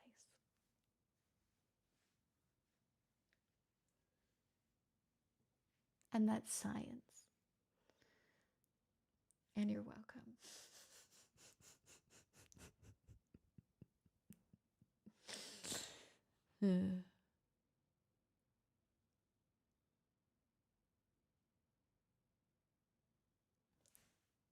I'm joking. It's probably just the journaling. Because journaling directs your attention. Journaling, finding increased ways to lower my cortisol, and I would say one of the biggest changes was moving from attempting to create meaning to just being a little bit absurdist in my experience of meaning. Like, this is crazy. Cool. All right. Maybe it's meaningful. Maybe it's not. It doesn't matter. Oh, well. Cool. I've tried to journal. I never know what to write. It doesn't matter what you write. You just write anything. You just think. I'm not a very good journaler. Like, I'm not writing prose. All right? That's not what I'm journaling. If anybody read my journal, they'd be like, this bitch is stupid. Probably. But yeah, you can use prompts as well. Almost like thinking intentionally about things helps us be intentional and direct our attention, which is basically what this video is saying. Yeah, you have to practice for 10,000 hours. But after this, you will know different. It's not enough. If you practice automatically without paying attention, it won't work. So what have you got? How do I practice paying attention, you might ask? Well, meditation, believe it or not, is one of the best ways of practicing focusing your attention, because that's what it's about. Focus your attention. When you get distracted, focus it again. When you get distracted, focus it again. And that's pretty hard work in itself. What else can you do? Well, you have goal setting. Articulating goals, whether they're long, medium, or short term, is very good for... This is the hardest for me, but again, I did that last year, over Christmas. It's not necessarily goals, I did it as wishes, but I do think it did the same thing. It's focused attention.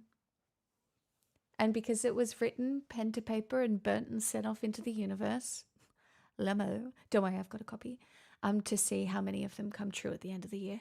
Some of them already have. So the fact that some of them have come true already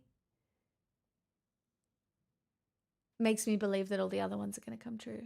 So kind of crazy in my opinion. There goes your carbon footprint. Oh my God, stop it. I love tarot cards.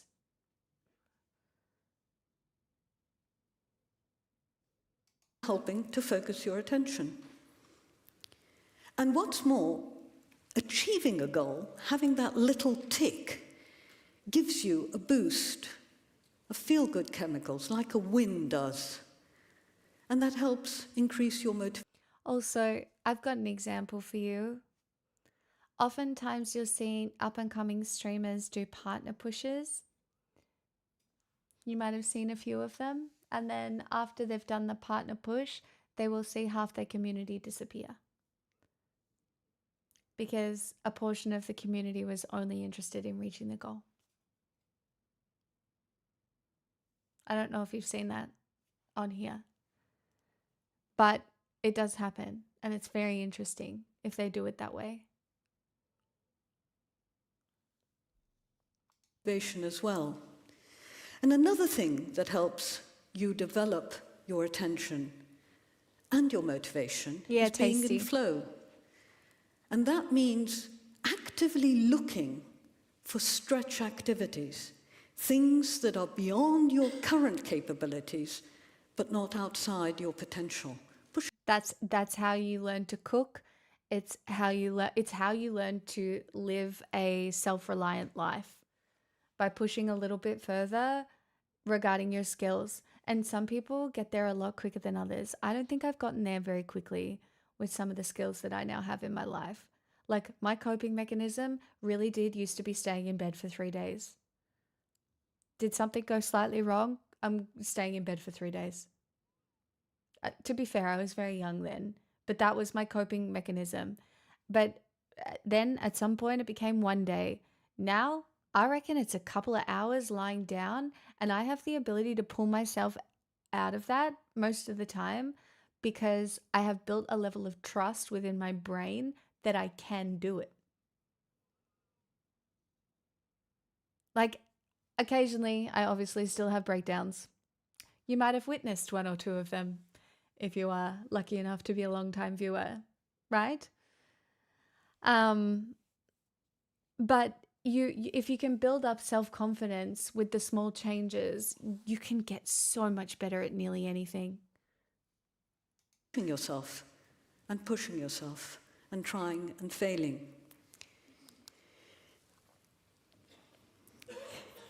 How many people have seen this? Oh my God, this one. I've seen it. Well, I'm not letting any cats out of the bag then. This is simply, for me, the best example of one of the downsides of paying attention. The bonus of paying attention is if you pay attention. It got me to so good the first time too. You actively take attention away from other stuff, like emails. This is the thing. Attention is a limited resource. So being intentional about your attention and where it's going is revolutionary. Like, whatever it is that is meaningful to you, where you put that attention and where it is meaningful is so important because it does take attention away from other things. So if you look at your values, whatever they may be, and the things that you're doing in your life do not align with them, you are actively taking attention away from your values.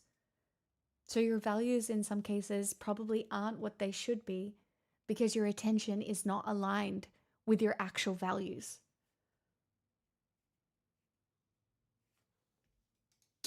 Or a pneumatic drill outside your window. You literally don't see or hear that because that's not where your attention is. How many of you saw the gorilla?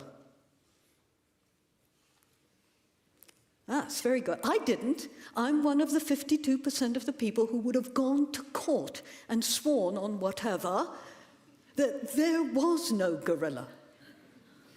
And just think about that in terms of how you behave at work. How often do you simply not hear or see someone? And what message that sends?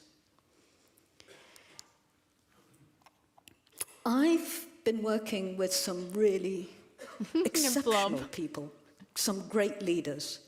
And what I've noticed throughout my career is they have two characteristics. One is they are absolutely laser-like in focusing their attention. The other is they switch that attention when they have to.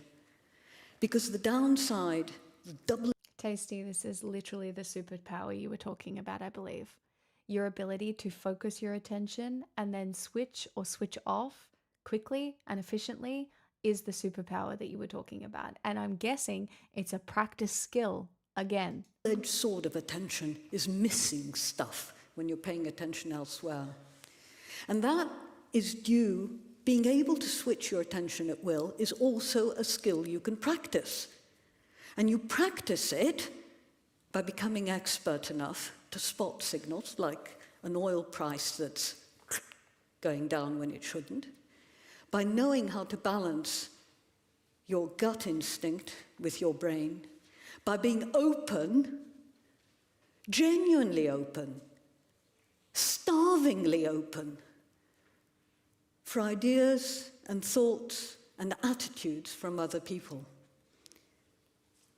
And that's what I found in truly great leaders, that openness, that willingness to pay attention to something that isn't theirs, to something that challenges them.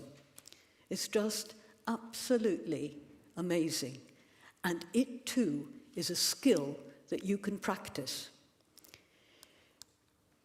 So, I'm going to give you some advice, because what I've done is I've actually given you something that's very, very hard to do. Paying attention is tough. Practicing is tough. You know, not everyone can do it. Not everyone wants to do it. Not everyone wants to achieve greatness or expertise or even a skill or even get rid of a bad habit. But I've also taken away quite a few excuses. So my advice is, start by finding your passion, because that's going to make the rest easy, or easier. Practice paying attention, and practice, practice, practice. Thank you very much. I really wanted to focus in on that today, because I saw a conversation, I saw the news about Meta and how, again, they lost the civil suit for engineering addiction and addictive behaviors. And if we cannot find a way to encourage people to reclaim their attention as something empowering in their lives, away from scrolling, away from creating constant personal brand shit, I think we're going to have a really hard time.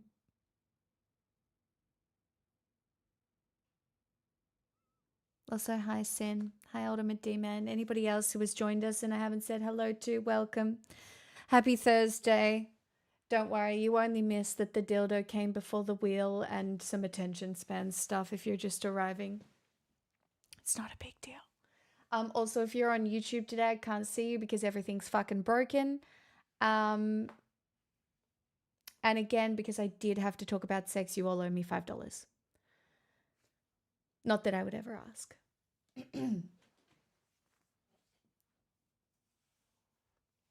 If you understand attention as an instrument, it becomes practical. Yeah, well, you really do have to sit down and think about what your values are, right?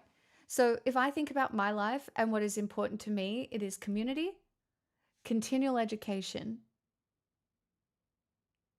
and having fun.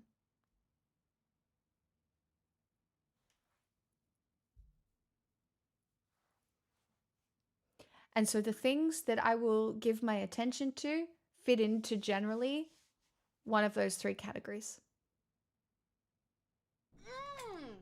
Boy! For sex.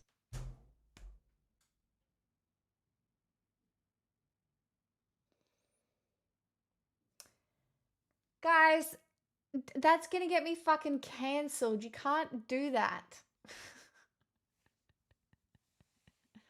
I swear to God. Fucking the internet. Charity!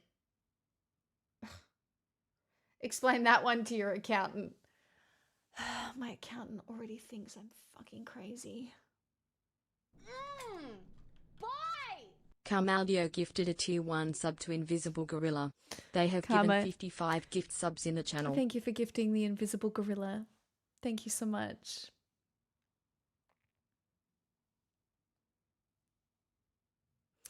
just check that case is concerning, because if everything that makes something potentially addicting is blamed for that addiction, then it's video games too. It's a civil case, so, it's, yeah, oh. Boy! Wallach gifted a tier 1 sub to Sex Law. They have given 1,081 gift subs in the channel.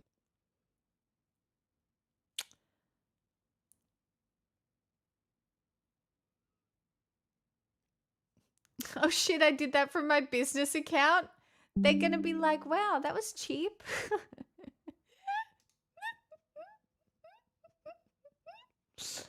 Uh, maybe we should think about what video games does as well.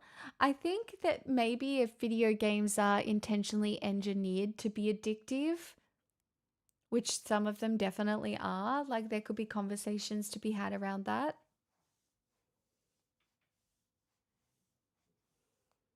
But I think there is a difference between scrolling and video games, because I do think video games are like art. Yeah, it's like manipulated addiction. But yeah, obviously loot boxes, for example. I mean, even Twitch is, I guess, in some ways manufactured to be addicting, right?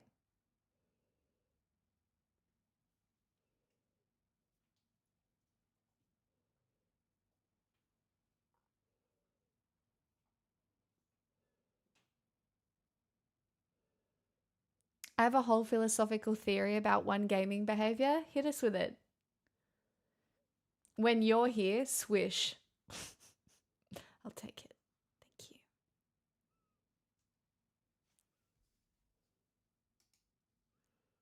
Addicted to the sub fishing. Okay, well, the sub fishing is just fun. All right. The men, they deserve the fish.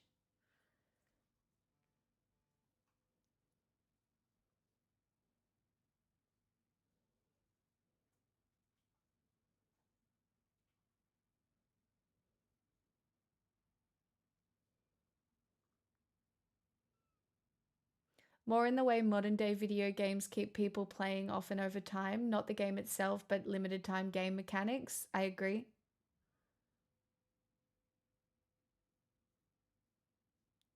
Tasty.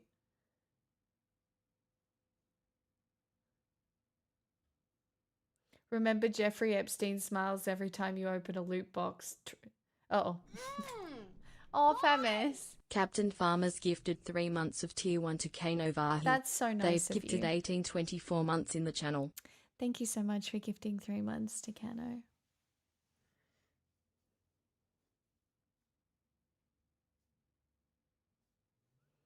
Counter-Strike was a vicious cycle, fun game of people yelling at each other, but it's rinse and repeat one map after the other. Well, this is the thing about your attention. It just, again, it depends on what your values are and where you want to put it. And sometimes when the world is as it is, your values shift and change. Like, I can't say that for my entire life, one of my number one values was community. I didn't understand it enough, and I didn't know how to seek it enough, and I didn't know how to communicate with people enough. I also didn't have the emotional tools to be able to navigate relationships as they ebb and flow, and or to navigate conflict in a healthy way. And some people never learn because, again, it's not one of their values. Anyway, welcome to this hype train where pay attention, because woo. Boy! Captain Farmers gifted a tier 1 sub to fishing_addiction_Vic. They have given 1825 gift subs in the channel. Lol, famous. Thank you so much for the gifted sub to Fishing Addiction Vic. Lol. I'm sure this train will go a family-friendly path for sure. This is the nice train. If you're gonna get on this train, you have to be nice. In fact, I demand it. If you get on this train, you have to say something nice to someone. Doesn't even have to be me, but it has to be something nice. That's right. This is the family-friendly nice train. And when I make no money, I'm going to accuse you all of being mean. and bad people. So it's also the blackmail train.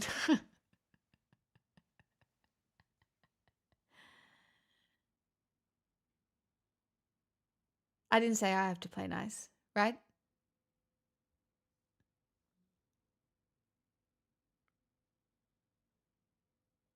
I watched the VOD of that part Monday that I missed. Thank you for the acknowledgement pics. And as it turns out, you might be more right than you think that it was a psyop.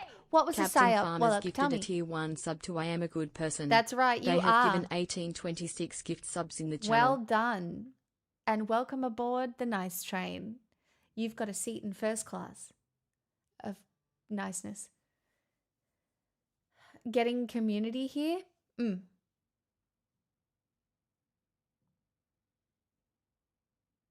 Wait, what? Wait, what?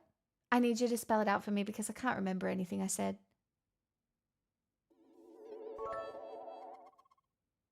Hey, so I gave you a couple minutes of attention on your stream like a week or two ago and I've decided I want it back. You didn't freak out enough, so when you give it back I will wait a day or two and pay attention again. But this time if you could yell my name really loudly and say thank you. Like if you could almost cry, that would be cool. The amount was 10 minutes of attention. Thanks. Tasty, thank you. You also have a seat in first class on the nice train, which is interesting because you rarely say nice things to me.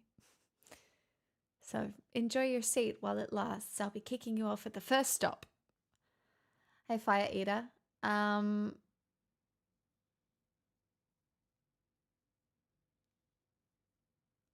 I spend sleepless nights in bed trying to figure out if Tasty is your guardian angel or demon. Both. It's giving both most of the time. Boy! An anonymous user gifted a tier 1 sub to 60 min and isolol.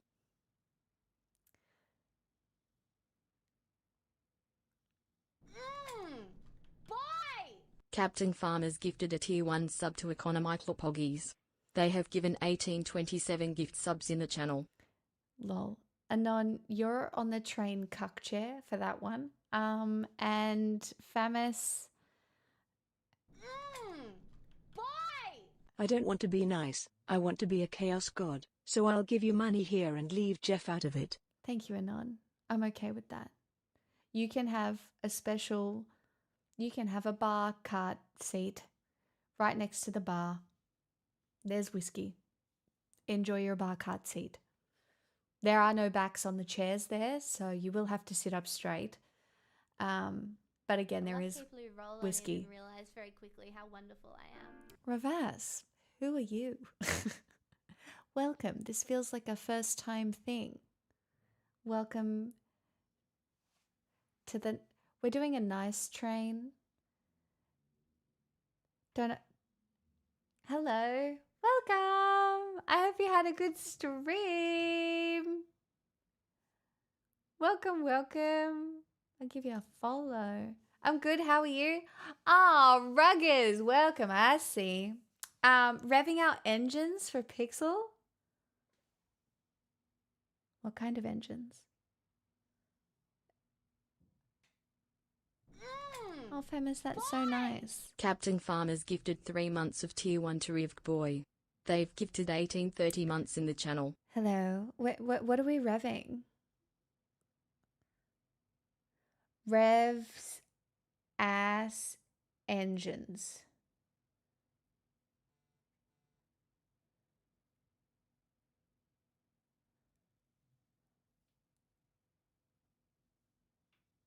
I have questions.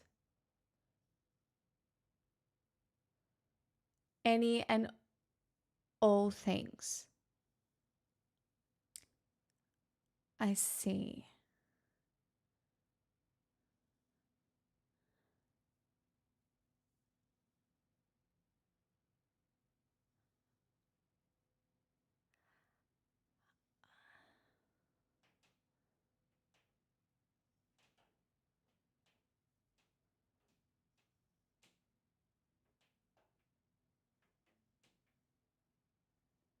I have questions. I'm going to have to come watch the stream, I feel like, and find the answers.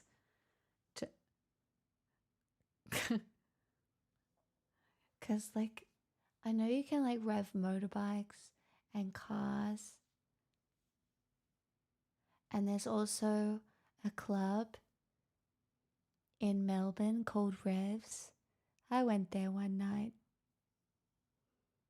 Engaged in some questionable behavior. There's never any toilet paper in the toilets, and I'm not gonna lie, I did have to wipe with my hand.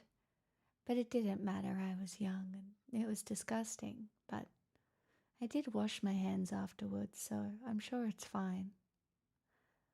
But that was Revs for you.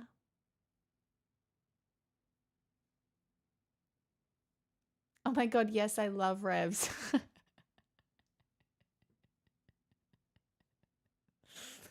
Rookie move not carrying baby wipes. It was a last minute decision, Beecher. Don't you judge me. I was younger then.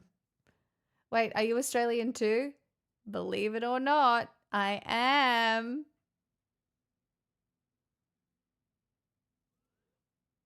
I am. Babstim, shut up. I'm not Irish Australian, but I am Australian. I swear to God.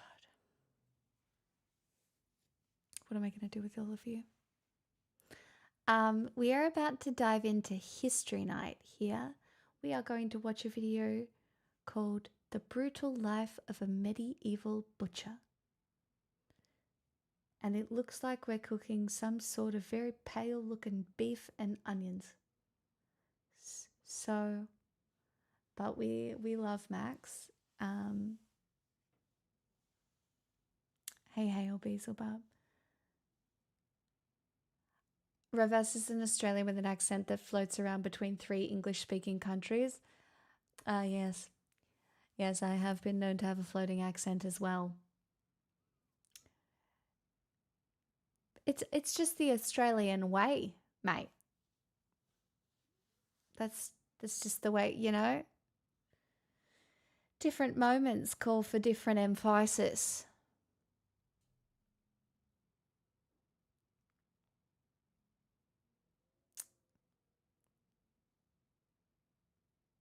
A teehee. Zap, I'm actually kind of offended that you chose to go and watch a TV show instead of my stream and then come in here and tell me that how am I supposed to deal with that? Slight against my content. I understand it's been boring. I've been here the whole time. Fine.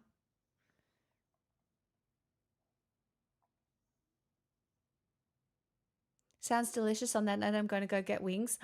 Wings! That sounds fun. Do you know what I might get? Because we're about to watch Max. I might get my pineapple. I mean, you make a good point, Zap. Hold on. I'm getting pineapple. I'm eating it so my sperm tastes good.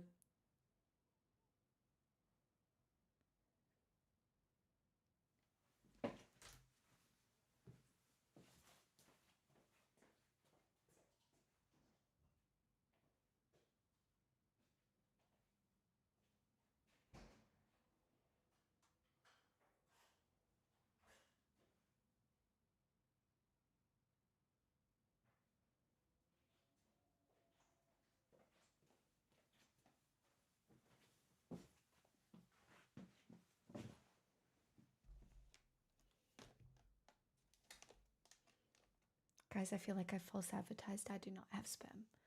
But we were talking about it previously in stream. Somebody else brought it up. It wasn't me.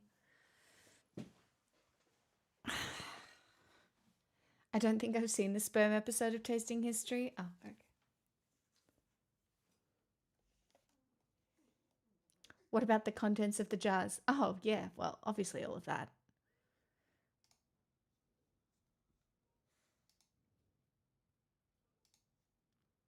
Being a butcher during the Middle Ages was a tough gig because, unlike today when we're able to distance ourselves from the rather unpleasant goings-on that take place leading up to meat being on the table, medieval butchers did much of the messy and rather smelly work right in plain sight.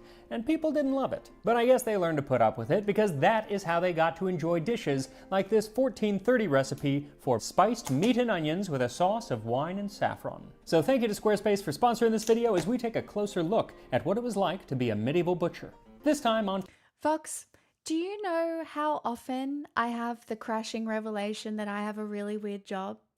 Daily. When you guys bring up penises every day. I don't think it's normal. And I do sometimes wonder what it is doing to my brain. You know? By the way, in case you didn't know, guys, I've really taken to buying the fruit that's on special.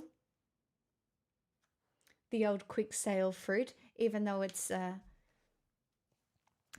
my new favorite thing to buy. I feel like I'm getting a bargain, even though it's still expensive, but it just feels like I'm getting a bargain, you know?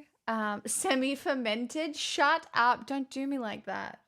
If you just eat it straight away, it's fine. Exactly, right? So I'm eating it straight away. Fizzy.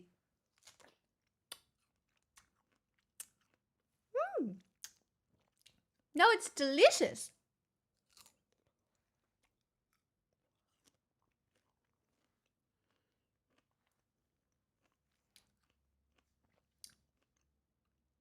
Tasting history.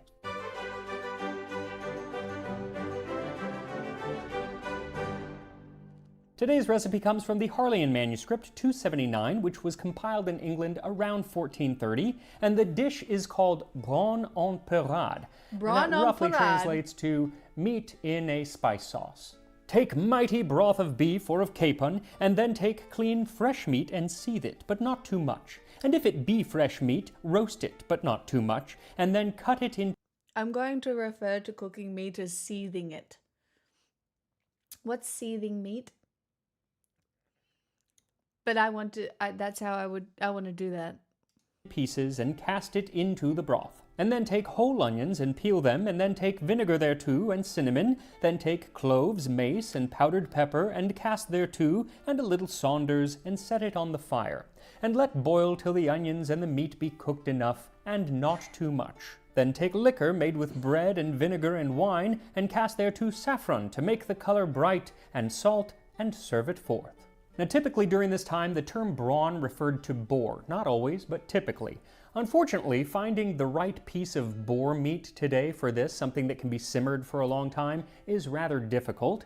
So I would suggest going with something like 2 pounds or 1 kilogram of beef roast or pork shoulder. Then several small onions, 1 to 2 quarts or liters of chicken or beef broth. You just want enough to cover the meat and the onions. And then a quarter cup or 60 milliliters of white wine vinegar. And the recipe says that if it is fresh meat, we should roast it a little bit. The other option would be something like smoked or salted meat, and that's what they would actually eat for much of the year. That just goes right into the pot. But if it is fresh meat, and that's what I'm going to be using, I'm going to roast it on a spit over an open fire. Except I don't have a spit or an open fire in my house, so I'm going to just grill it very quickly in a pan, making sure to get some color, but again, I don't want to cook it all the way through.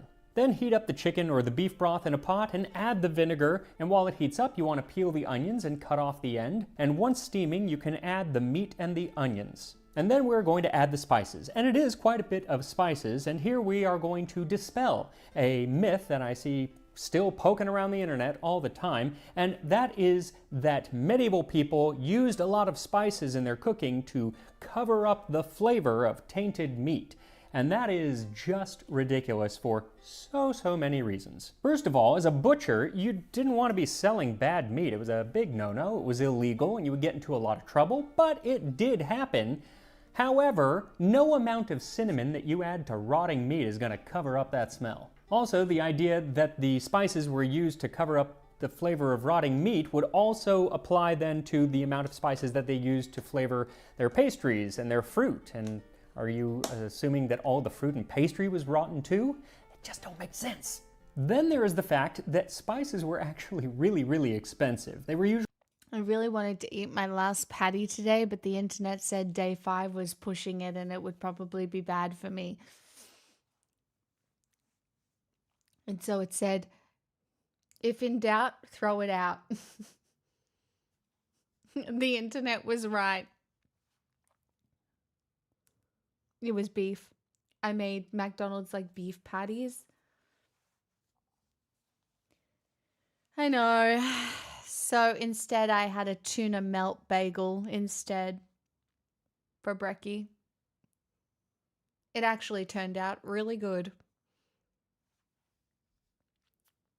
Kept in a cabinet under lock and key. So, if you could afford a lot of spices, you could afford to get good fresh meat. Again, just doesn't make any sense. So with that in mind, make sure you are subscribed to Tasting History. Always. It really does help out the channel as I unlock my spice cabinet and gather up 2 teaspoons of cinnamon, 1/8 teaspoon of cloves, 2 teaspoons of mace, 2 teaspoons of pepper, and 1 teaspoon of sandalwood. Now sandalwood, or what in the recipe they call Saunders, is not very flavorful, actually. It just adds a deep red color to the dish, so if you don't have it, it's not a big deal if you leave it out. So once the meat and the onions are simmering, add in all of those spices and stir them in. And this is really where the meat is going to get most of its flavor, so if you want to add more, feel free to do so. Then let the pot come to a gentle boil and simmer for about an hour or until the meat and the onions are nice and tender. And here the recipe is unclear, to say the least, as so many medieval recipes are.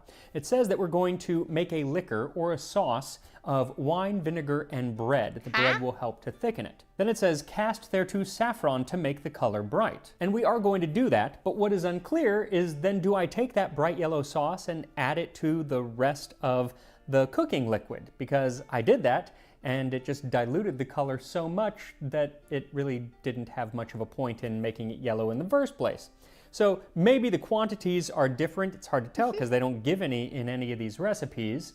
And I looked at other recipes from this period for this dish and they were all just as unclear. So Hi, as I Estrogen am Male, chief you're so master brave. chef of this kitchen, I am making an executive decision to serve that sauce on the side. Is it right?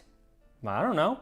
Might be, might not be, but it doesn't matter because that's what's about to happen. So for that, you'll need 1.5 cups or 350 milliliters of white wine, a 1/4 cup or 60 milliliters of white wine vinegar, or I use this honey vinegar, which is a little bit sweeter and has more of a yellow color, and they would have been able to make that. So yeah, if you have honey vinegar, use that. Then a large pinch of saffron. The more saffron you use, the That looks very expensive. That looks like an expensive amount of saffron. brighter this color is going to be, and that's the whole point of it. Then about 3/4 of a cup of breadcrumbs made from stale bread and a small pinch of salt. So Interesting. start by adding the wine and vinegar to a small saucepan and then add the crushed up saffron threads to it and let them steep for about 5 minutes. And this is where the color is really going to come out. Wow. Then break up the breadcrumbs and add them to the saucepan, stirring it all together and set it over medium heat and let it come to a simmer. And stirring the whole time, let it cook for about 3 minutes. This will let the starch come out of the bread and will thicken the sauce. Then pass this Interesting. through a strainer so it's not too gritty. Oh, I You don't want like a nice looking at smooth that. sauce. I don't And like- set oh, it that back is- over low heat Okay. and gently simmer for a few It more looks like minutes pumpkin until it soup starts now. to thicken up. And it will continue to thicken up as we return not to the meat,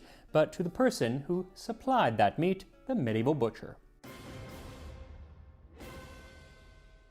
So people are always asking me to do a Q&A on this channel, but I don't because, I don't know, it doesn't really fit with my whole thing. So I have recently done a That's right. Got to stick with what you know. Q&A over on our second channel, Catch Up with Max and Jose. So I'll put a link to that in the description. If you have questions, I have answers. Now it seems that the job of a butcher was not really a thing during the very early Middle Ages. At least not like a dedicated profession, because it's not until around the year 900 that we start to see butchering move out of the home and into dedicated slaughterhouses where techniques and cuts were standardized and butchering equipment became common. The 10th century is also when we start to see You know, chat, I find this so fascinating, right? Because it is something I can't imagine. And yet, my family history is butchers. if you go a little way back.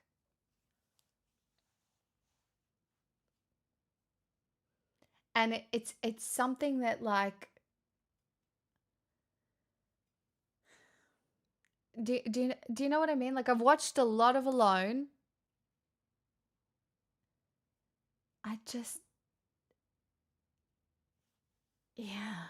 Streets entirely named after the Hey, Doris. butchering profession, meaning that the whole street was filled with butchers. These were things like Butcher's Row, Butcher's Lane, or the Flesh Shambles. Oh. Coming from the Old English word for bench or stall, the shambles were narrow streets where butchers slaughtered and sold meat. And many cities had shambles, but the most famous is the And also, I will say, one of the most interesting places I went in Morocco were the markets at Fez, and it's like these tiny little skinny streets, and then you're all undercover, and then there's butchers and there's fish stalls, and it's everywhere, and there's smells, and it's wet, and there's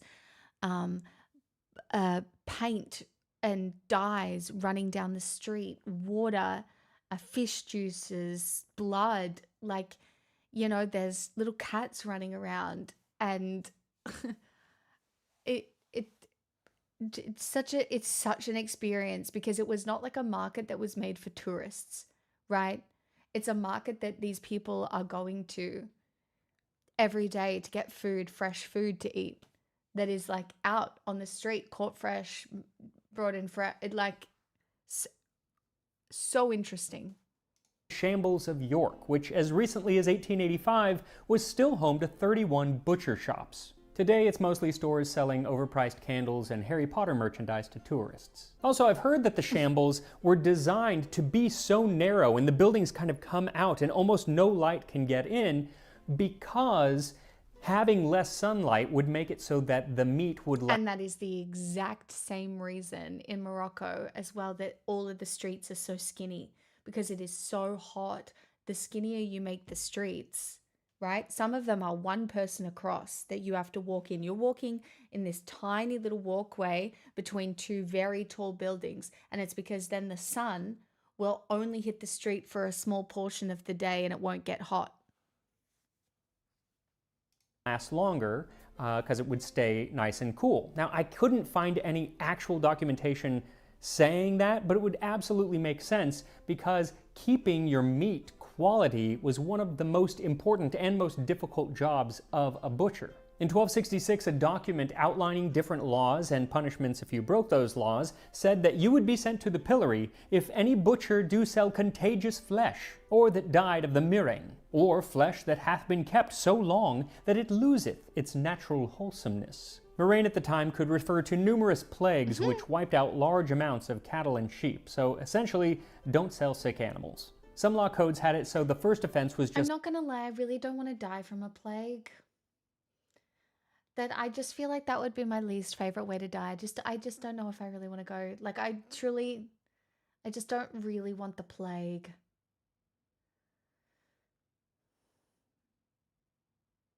a fine, or if you couldn't pay the fine, then you went I to feel jail like that's for not 20 asking days for with bread much. and water.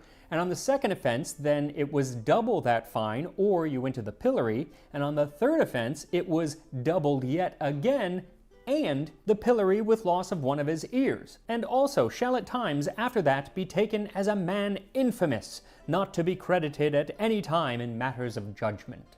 Some towns would cast you out and banish you if you were caught selling bad meat, and during the Middle Ages that was one of the worst punishments, because usually it meant that you kind of had to live outside of the law in the forest, an outlaw if you will. In Now the one forest, specific case though? of selling bad meat that I enjoy comes from the It's all me with you, Pixel. Well, I just try and provide insights about how I feel about things, because I assume that's why some of you are here, and I listen to the same insights coming from you. That's the whole fucking point, Salmon. I'm sorry, do you want to die by plague?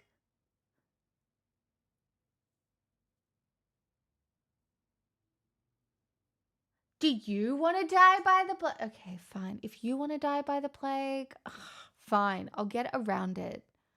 But like, fuck, man. Sorta. Memorials of London in 1348. It documents the case of John Glisson of Renham and Agnes la Ismangere, the daughter of an ironmonger. Hi, They were Green. accused of dealing in rotten meat, for they had exposed for sale in divers places in the city of London putrid and stinking meat, in deceit and to the period of the lives of persons buying the same, and to the scandal and disgrace of the mayor, aldermen, sheriffs, and all the commonalty of the city aforesaid. Well, Agnes swore that yes, she sold the meat, but only after buying it from John, and when she did so, she thought that it was good meat. And then John kind of fesses up and says, yeah, I sold her the bad meat. And that John. shortly before he sold to the said Agnes the meat aforesaid, he had found a certain dead sow thrown out near the ditch without Halegate in the suburb of London, which sow he then flayed, and the flesh of the same, cooked as well as raw, he exposed for sale to the aforesaid Agnes, and to others who chose to buy it. Well, Agnes was acquitted, and John was found guilty, and sent to the pillory on Cornhill. And the said John should be first upon the pillory there, and the said flesh be burnt beneath him, while upon the pillory. Basically, the rotten meat was put under his nose and set on fire as a sort of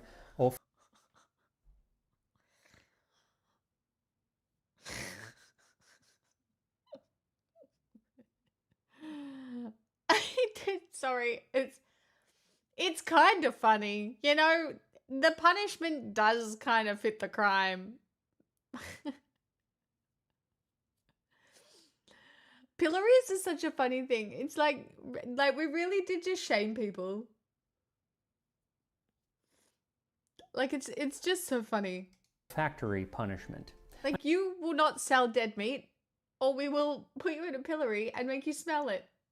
Another punishment that I found rather they didn't cook interesting him, comes he from just had to around smell it. 1320 during the reign of Edward II, when some butchers had their beef and their pork confiscated because that they had exposed the said meat for sale by candlelight.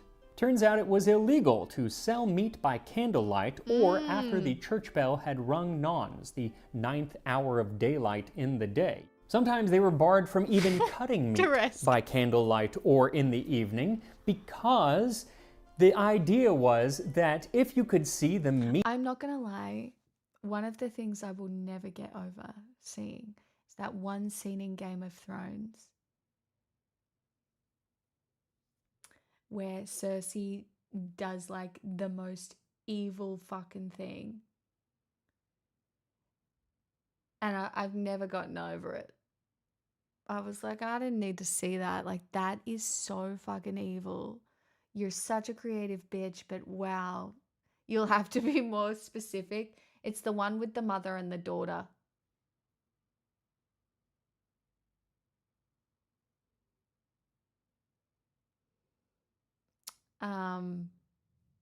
But like, I really just could have done without it.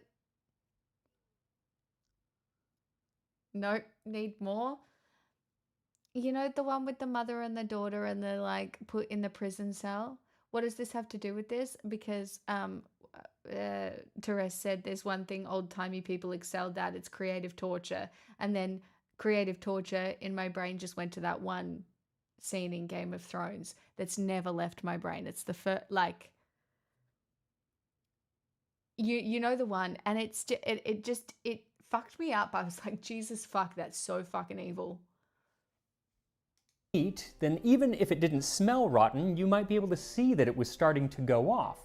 But in the evening light or by candlelight, well, they could maybe hide it, so then Hi, you Ben. end up buying some meat that smells okay, but is kind of gray and slimy. Of course, the meat that you're Ugh. buying, you are hoping, at least, is fresh, and much of the meat was sold fresh, but even more of the meat was actually preserved by either brining or salting or smoking. This could preserve meat for months or even years in some cases. And that was the meat that you would be eating for most of the winter, as butchers did much of their work in November and December and then kind of took the winter off. The butchers of medieval Europe actually had very interesting work schedules because there were entire swaths of the year where their services were not required, and very often it was actually illegal for them to work. These were the many fasting days throughout the liturgical calendar. Cleon in Foundation handed down a mental sentence I had to pause. Wait, when was that? Can you remind me? I've forgotten.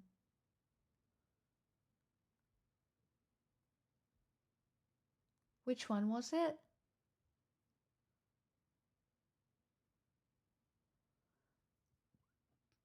By the fountain in the garden?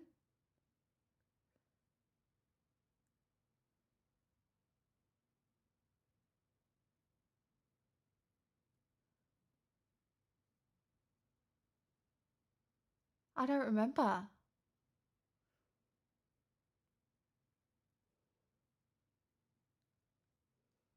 I know you're talking about season 3 with the drugs.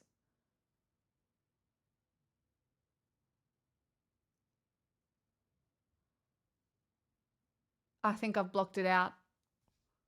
The list of days would change throughout the years, but typically it included the 40 days of Lent plus every Friday, and at times could also include every Wednesday and every Saturday, as well as in the 12th century it included another 40-day fasting period during St. Martin's Lent, which was most of November and December. It all kind of changed on who was Pope and what country you were in and everything, but no matter where you were, you had a lot of days where you couldn't eat meat, and butchers were not allowed to sell meat on those days, and in some places were not allowed to actually butcher on those days either, meaning they didn't have anything else to do. And I love that in many cities like London, the people who were in charge of making sure that the butchers didn't sell their meat were the fishmongers, because fish was what most people were eating on those meatless days. Of course, it was What like, I really no, it's love, our though, turn. is at times people would really go out of their way to stretch the rules around eating meat or not eating meat to include things as fish that were not fish. Basically, anything that came from the water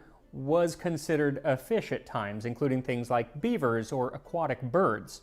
There was even a monk who said that veal should be considered a fish because it had so recently been in the womb, which had an aquatic nature, so it's basically a fish. I love really logic. stretching it. Yeah. Now, with all these meatless days, it just meant that when a butcher could do some butchering, they really had to make the most of their time and make use of absolutely every piece of meat that they could use. The best cuts, of course, they would sell to whoever could afford it, though they had many laws about how much they could charge, and if they were found to be overcharging, then they would get in trouble with the guild. And here we have perhaps the most confusingly written medieval law I've ever come across. Please let me know if you can make sense of this. Look at the Item, that captions. butchers and all other sellers of all manner of victual shall be bound to sell the same victual for a reasonable price, having respect to the price that such victual be sold at in the places adjoining, so that the same seller have moderate gains and not excessive, reasonably to be required according to the distance of the place Sounds like communism. from when the said victual be carried. That is what one calls a word salad. It basically just means It also is like it that you can't overcharge for meat unless you have to travel with it a long ways, and then you can add a little bit but not too much to the price. But seriously, whoever was writing that just couldn't take a second pass, maybe clean up the yeah, it's sentence regulated. structure a little bit? I don't know. Anyway, the reason that you might have to travel a long way with your meat is that starting around the 12th century, many cities put in laws restricting where slaughterhouses could be. Before that, or in smaller towns, the butcher would just slaughter the meat in the back room and then bring it out and sell it. But slaughtering is a dirty and rather smelly business, and so cities were like, no, you gotta do it like on the outskirts of town. From there, the butcher would have to transport the 4 pieces of the cow, and sometimes it was 6, depending on the size of the cow, back to their shop. And if it was like a sheep or a pig, then it was usually the whole thing, back to their shop, wherever it was in town, and only then could they actually sell the meat. And a lot of the pieces that weren't the best cuts actually went to other places in town. Like in Paris, the cut called the numbles, which is a good foot long and no more, and stretches from the neck at one end to the kidney. This section belongs rightfully to the one who holds the cow's feet during the skinning. He sells it in a small stand that is below the Grande Boucherie, and it is of little value. Then there were things like the livers and lungs and stomach, or the rennet from inside the stomach that was used to make cheese, and those would be sent along to something called the tripe shop. Then there were also just bits and bobs that really nobody wanted, nobody was going to buy, and those they would call entrails, and very often butchers were found to just kind of like toss them anywhere, including into the streams. So laws were enacted to say the entrails of butchered beasts and pails of blood are not to be carried away by day, but only by night. No pail of blood should be left uncleansed for a day and night, whether in winter or summer. No butcher nor any other person may cast entrails over Severn Bridge. No butcher may work in the city as What's a cook. Bubbly Creek, The last part, Fox? the fact that they couldn't work in the city as a cook, was usually because if the butcher was cooking the meat to sell, it was because they were trying to hide the fact that it was about to go bad. Luckily, I am not a butcher, so I am allowed to cook this meat, which I did not purchase by candlelight, and so I am pretty confident that it should be fresh. And here we are, a 15th century dish of spiced meat and onions with a sauce of wine and saffron.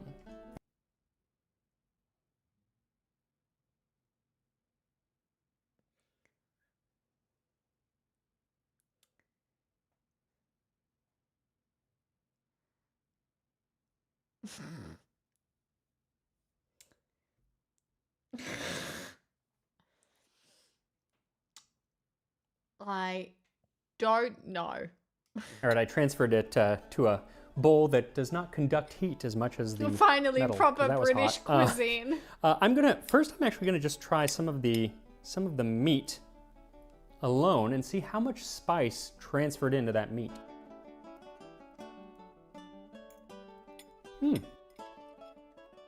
Good amount.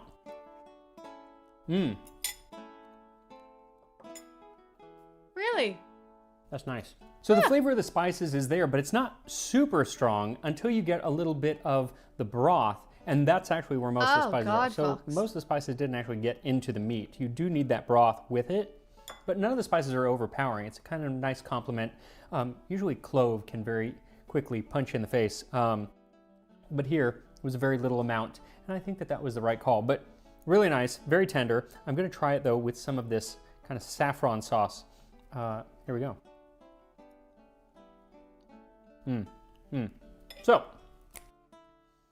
one, the color of that sauce, beautiful. Two, it is very medieval in its flavor because you get the saffron, but it is vinegary. And if you look at sauces throughout the Middle Ages, vinegar is always a very strong flavor. It's kind of like vinegar and sweet and spicy would often be the flavor combination. Kind of like a vinegar-based barbecue sauce that you would get today. That's the idea of medieval sauces very often. The thing is, when you make a sauce using the bread as a thickener, when it starts to cool down at all, it kind of gets too thick and too grainy, and it's no longer a sauce. It really needs to be quite hot, like right when you're cooking it, and after just a few minutes it starts to kind of thicken. So, but you know, if they're bringing it all the way from the kitchens and not in the main house, I don't know why I did that accent, it probably wouldn't have been super hot, you know, just how it is, but it's really good. Now the onion. I'm not going to just pop this whole thing in my mouth. Maybe if I had pearl onions or something, I would do that, but I'm just going to, but it's so soft, it just kind of like comes apart, so I'm going to try that. Good onion? You can't go wrong with onion. Yeah, you can't go wrong with onion. It's just I a love great... cooked onions. Yeah, yeah. Not a big fan of raw onions, but cook them and they are just Sweet, they're sweet. the bee's knees. It's really wonderful. I'm curious to know like exactly what this dish was like because the recipe is so vague and leaves so much up to I should cook an interpretation. onion today. You used to be that an I'm onion main unclear. tasty.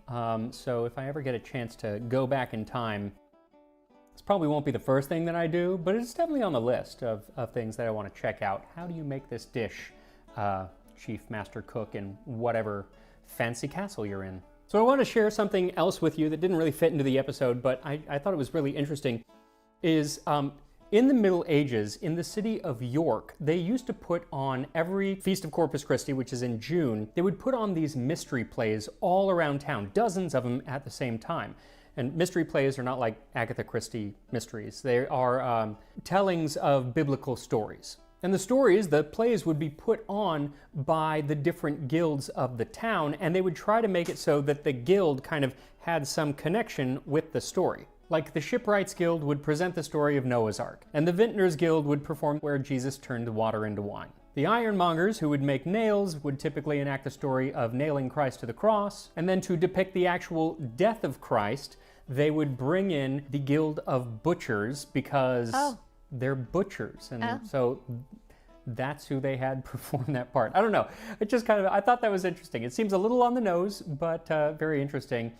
And from what I hear, the city of York has kind of revived this tradition of doing some of these. I don't think they have, the Butchers Guild anymore, but doing some of these mystery plays every year. Maybe not. Maybe this was a one-time thing. I'm not sure, but if ever I'm in York in June, I want to go see them. And whenever I find things that are fascinating like this that really don't fit into the episode love iceberg lettuce. Don't you shit on my iceberg lettuce. I put those into the Tasting History newsletter. So if you haven't signed up for that, you can do that over at tastinghistory.com, a website that I put together with help from today's sponsor, Squarespace. Squarespace is the easiest all-in-one platform for building a website. And you don't need to be particularly well-versed in creating websites and design to actually use it. Because their professionally designed templates give you a great place to start, and then their intuitive tools, like their drag and drop editing, allow you to customize your site to really make it yours. Then they have a wonderful suite of business tools, whether you offer services or sell products, and they help make online payments, inventory, shipping, and fulfillment a seamless process. I, of course, use their email campaign tools every month when I send out the newsletter, but if you have a business, you can send it out to keep in touch with your customers. So head over to Squarespace for a free trial, and when you are ready to launch, then you can go to squarespace.com/tastinghistory to get 10% off of your first purchase of a website or domain. And I will see you next time on Tasting History. Thanks, Max. You're the best. No notes. None. None whatsoever.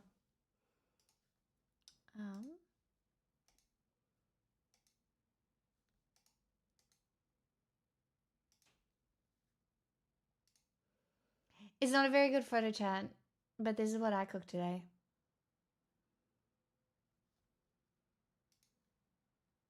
In case you were wondering what it is, it's lazy food. But it's my fucking favorite. I use gluten-free gochujang, onion, gochugaru, cream. Yeah, it's tteokbokki. But not proper Korean. Soy sauce. Obviously, there's mozzarella on there, green onions, and then fried shallots. And then the tteokbokki is gluten-free rice cakes. And they're so fucking yum. It's one of the most I love it. This is like white girl Korean, but it's one of my favorite ones to cook. And then I also did some other cooking because I'm having my girlfriends over for dinner tomorrow night, just 4 of them.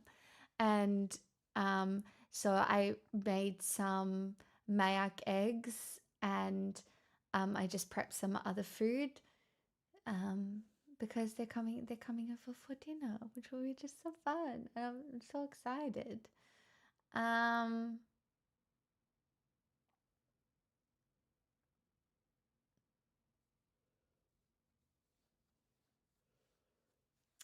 Yeah, Professor Fappington, just look up a recipe. It's not that hard to make. The most overwhelming part for me was going into an Asian grocer and attempting to find gluten-free gochujang because everything has gluten in it. You'd just be surprised. Like rice cakes, regular rice cakes, gluten. These ones, no gluten. Regular ones, gluten.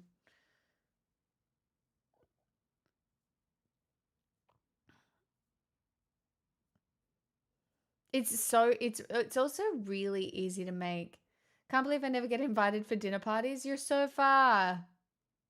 Are you having a themed dinner party? No, this one isn't really themed.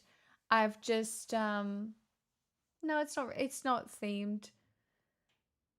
I'm gonna make little skewer things, like little caprese salad bites. Honestly, it's a mix of cuisines. There's no theme. Honestly, it's stuff I wanted to eat. And my friends can eat it too. I'm making a cheese platter. I'm going to make a baked camembert thing as well. Do you know what I mean? Sometimes you just want to eat like a specific kind of food, and then I'll cook some rice. And if like they're really hungry, they can have the Mayak eggs over rice.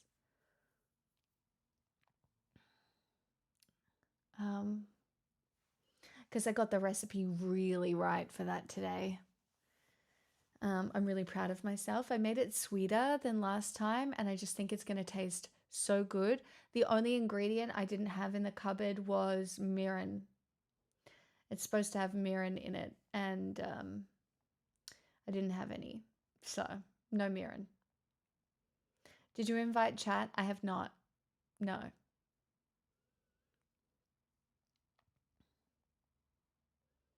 We've watched so much Max, one would think we'd all be good at cooking by now. It's not even that I'm not good at cooking, right? I am. It's that sometimes if I have my girlfriends over and and you're doing a big thing of cooking, it just changes the vibe when really we just want to sit there and yap and probably play Magic. Do you know what I mean?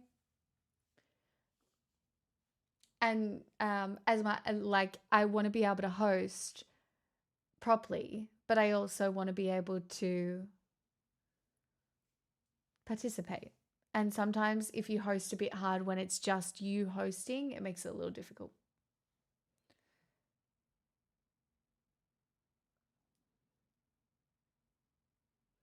Hey, Babster, though, as we learnt tonight on stream, you can know how to cook very easily. All you have to do is focus your attention and realize your attention is the most valuable thing that you have. And if you focus it, then you'd be able to do it too.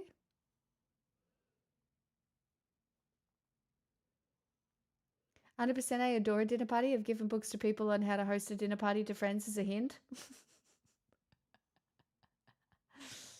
Lol. That's very funny.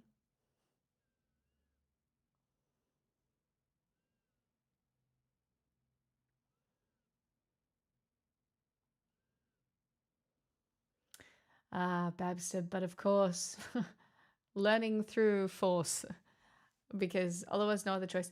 Do you know sometimes my household was such an ingredients household, right? And I'd be just craving something sweet that I would go to the cupboard, I would get oats, I would melt a cube of butter over the oats and brown sugar, and I'd mix it all together, and I'd just eat microwaved oats with butter and sugar as like something sweet to eat.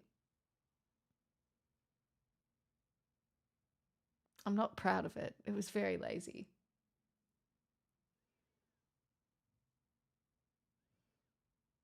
But like I could go back for like 3 cups and I was like, this is all I can do to get enough. Like, this is what so silly. Like, surely I could have gotten more creative, or surely I could have like baked them into cookies or something. But no, girl just wanted to eat melted butter and oats out of a cup.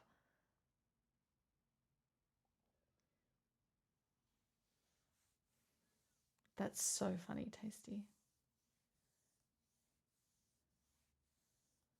My brother abhors flavor in his food, as does my mum. Drives me nuts. Look, my mum does not know how to use a spice. She barely uses salt and pepper, and she thinks sour cream is a spice. I love my mum so much. I really do. But she does not know a spice.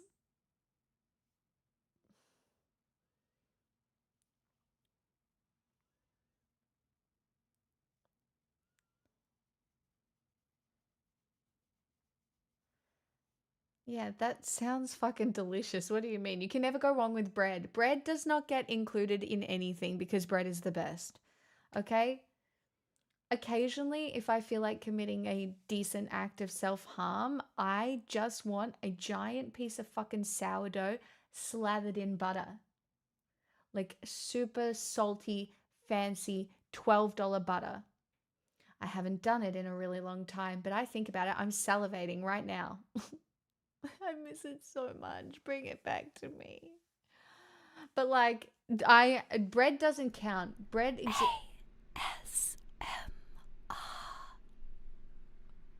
Could go for some French toast topped with stewed berries, finished with some honey mascarpone and drizzled with maple syrup, finished with lemon and orange zest.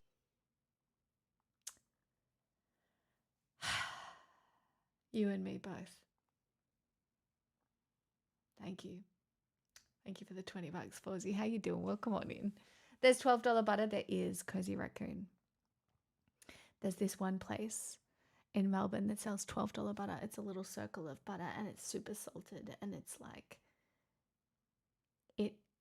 I don't want to say it's maybe the nicest thing you've ever had, but it is, right? Like it's real butter. And I don't know. It's really good.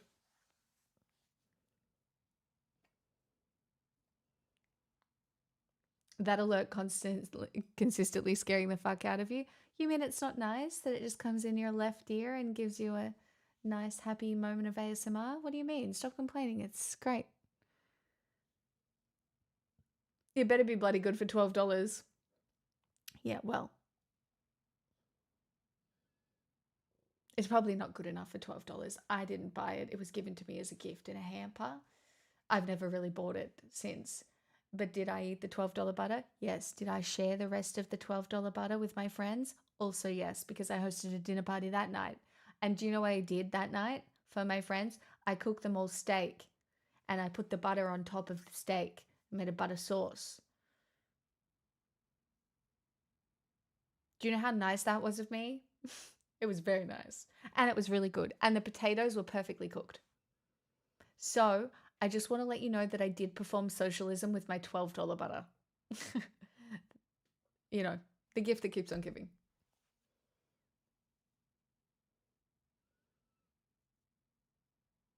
I love people who Jinx! roll on and then realize very quickly how wonderful I am. I was just talking about socialism of expensive butter. Really deep and meaningful here today. Hello, another gamer guy. How you doing? Hey, Catswan. I hope you're all really nice to Jinx today. If you weren't, I'ma get ya. ASMR. Well, and now you've been got. Butter, butter, butter, butter, butter, butter, butter, butter, butter, butter, butter. Butter. Love butter. I'm a huge butter fan. Like, I love butter and oil. And butter and oil. Like, I love a fat. Like a butter or an oil. Or a cheese. Or a sour cream or a cheese. Or a bocconcini ball. Famous, that's very generous of you. Like, I fucking love a bocconcini bowl. Huge bocconcini bowl fan.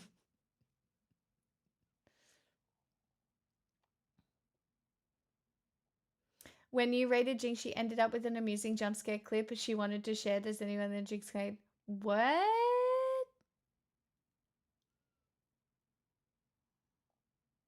Butter to anything else ratio is 2-to-1.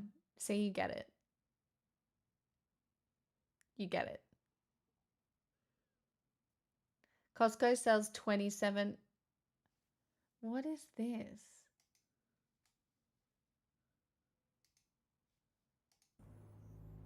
Stop trying to make Cussy happen. It's never gonna happen.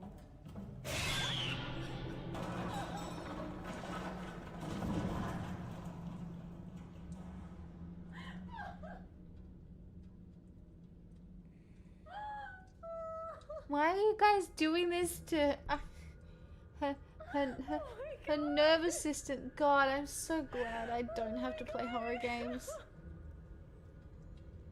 That's fucking... That was so scary. Why would... I have second hand... My heartbeat is going second hand fast.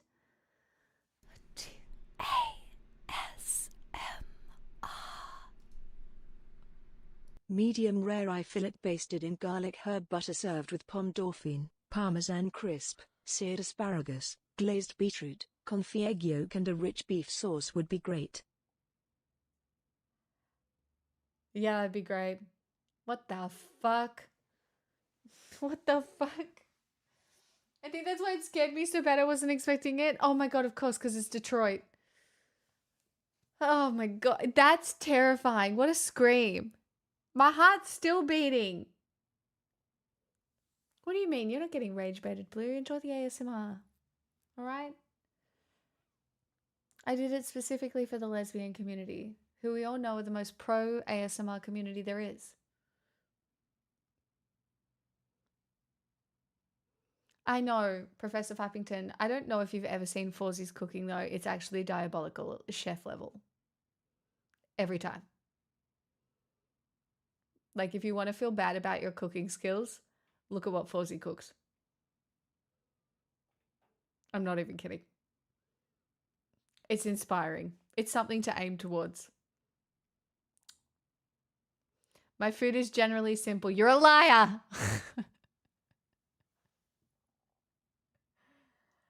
Fozzie, what is simple food to you is so not simple. In fact, I will prove it.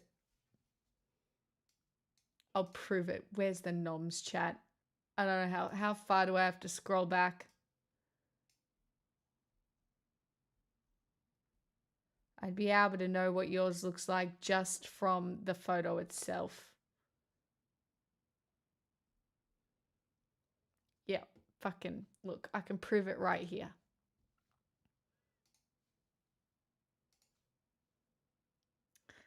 That's just a simple kimchi pancake or something. Simple. A perfectly cooked beef bulgogi.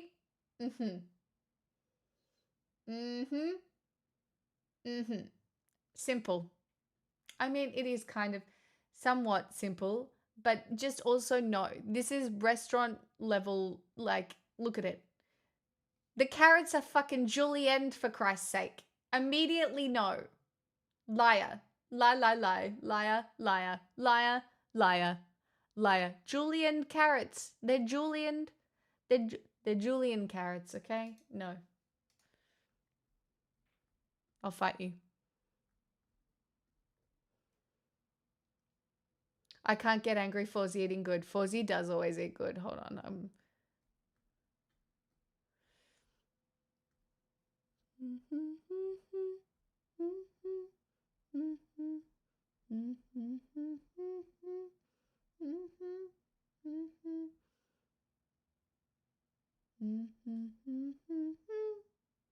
This is making me hungry looking at everybody's food.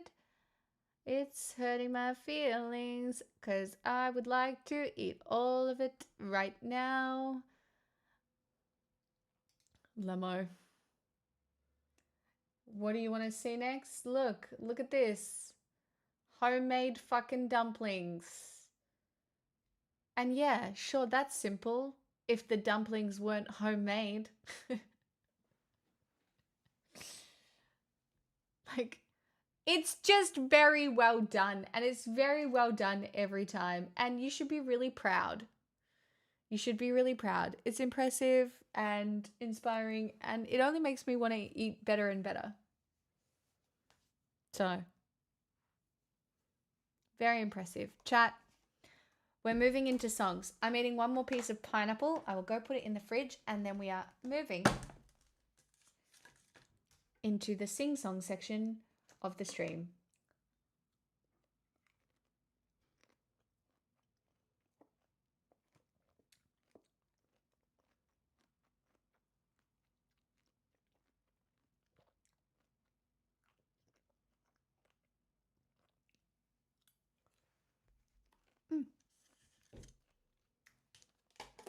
Oh no, I lied.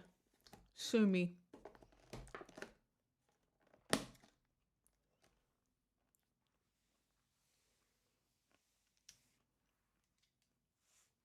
Cursed thoughts about my sperm. Guys, I don't produce sperm. I'm really sorry. I know it would be so cool if I was trans, but I am not that cool.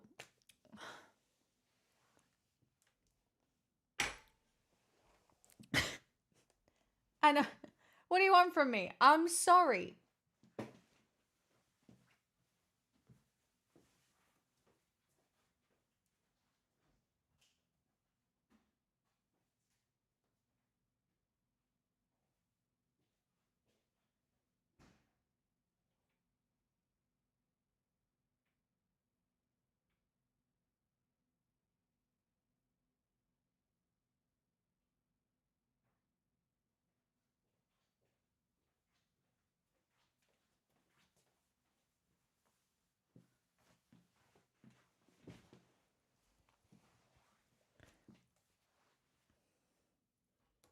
No sperm shaming. I'm not shaming the sperm. Disarm. Oh, I would love to sing that one for you.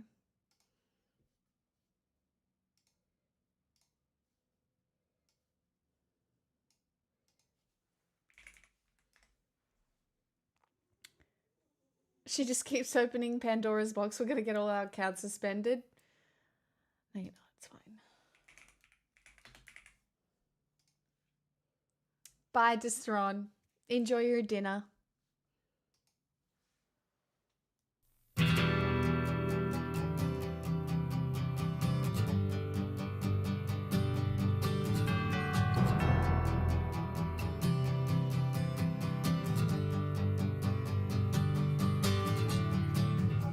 Oh. Sorry. Hi, my poggies.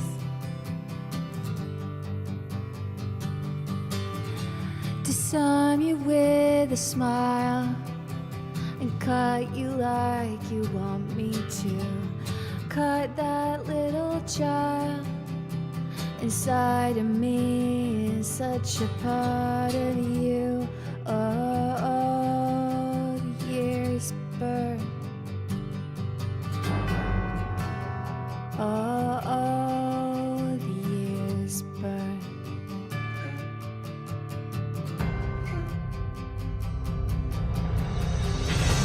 I used to be a little boy, so out in my shoes. And what I choose is my choice. What's a boy supposed to do? The killer in me is the killer in you, my love. I send the smile over to you.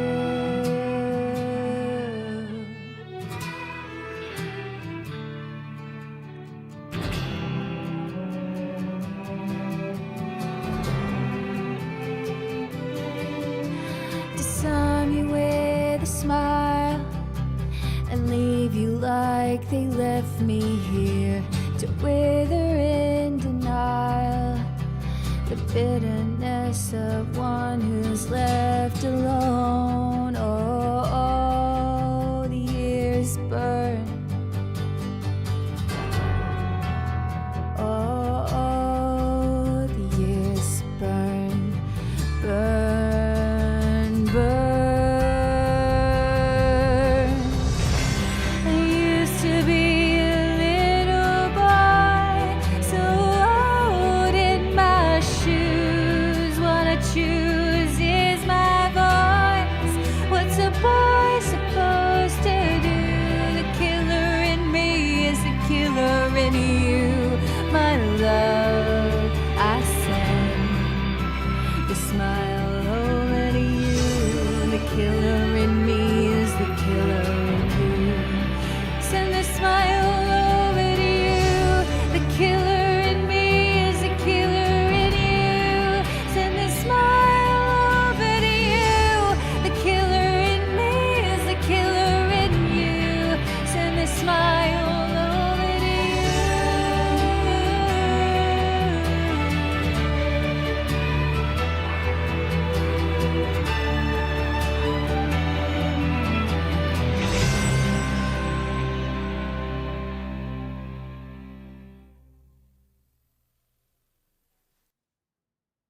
Thanks, Salmon. Chat, if I miss any song requests tonight, you'll have to tell me.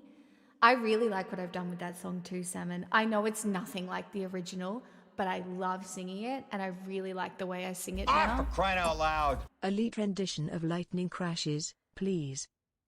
Lightning crashes.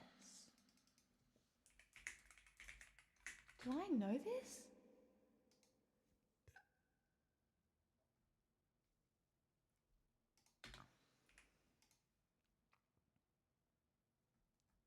I don't know. By Live?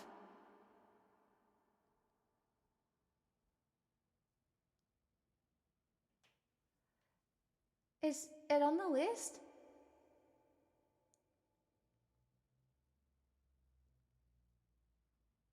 It is? Why is there no track that I've used?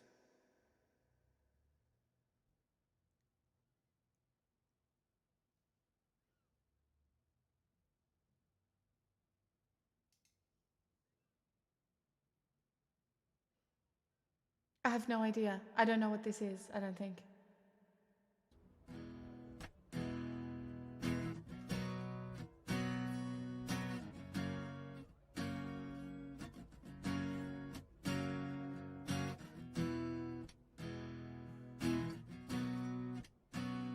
No idea.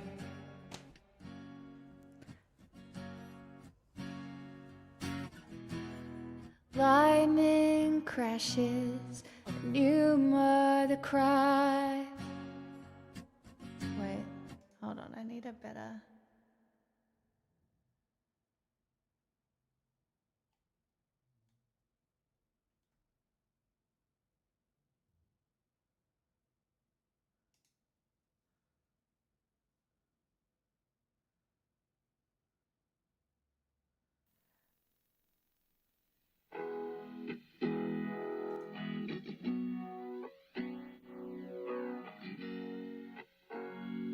I'll be able to do something.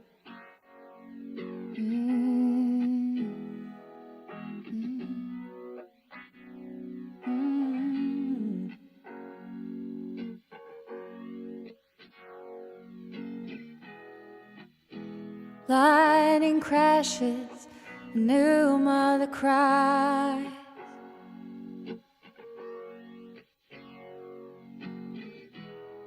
Her placenta falls to the floor.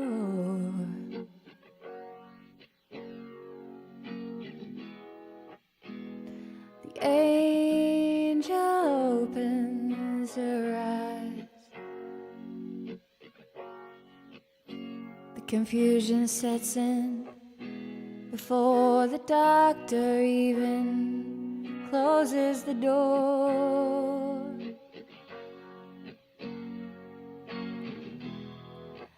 Lightning crashes, an old mother dies.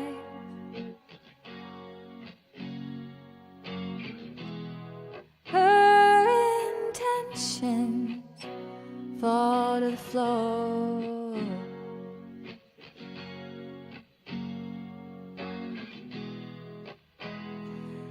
The angel closes her eyes. The confusion that was hers belongs now to the baby down the hall.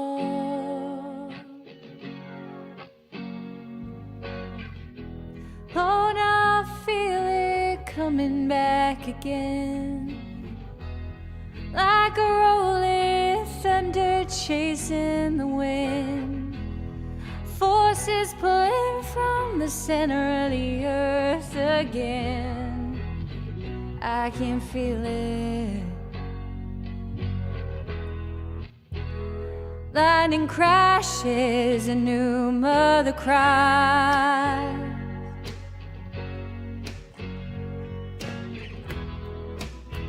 This moment she's been waiting for.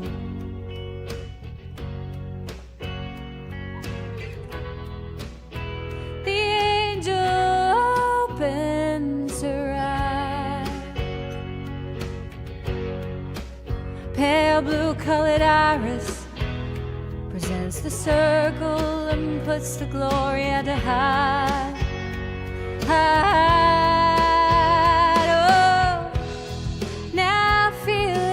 Coming back again, like a rolling thunder chasing the wind. Forces pulling from the center of the earth again. I can feel it, I can feel it.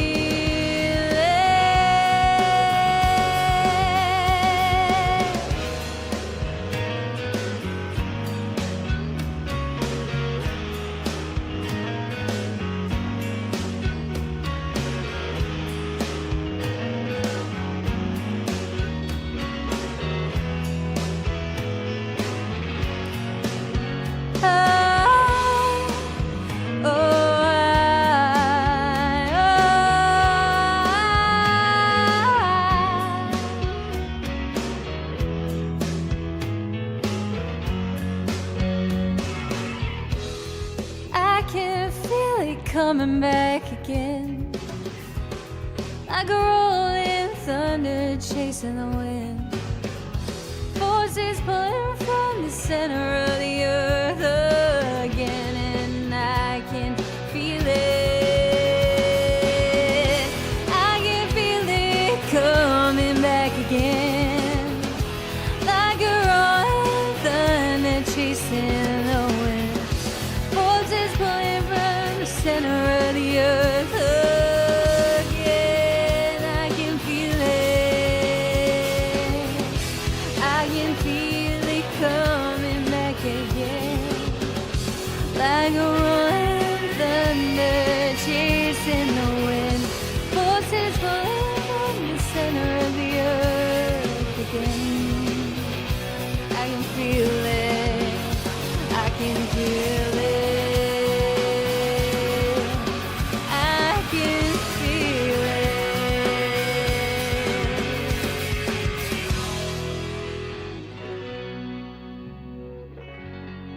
I have no idea what I just sang. But I hope it was okay. Like, I could not tell you the last time I paid for anything. We didn't get far last time, but there's a better track for this one, Kayflay, Karsik. Oh, God. Classic? Okay. 10 out of 10, really good considering you live under a rock. Thank you. Help, I'm alive. Help, I'm alive. Do I even remember that either? God. Simon, this is very nice of you. I have no idea what am I? K-Flay? I'm a bit nervous though.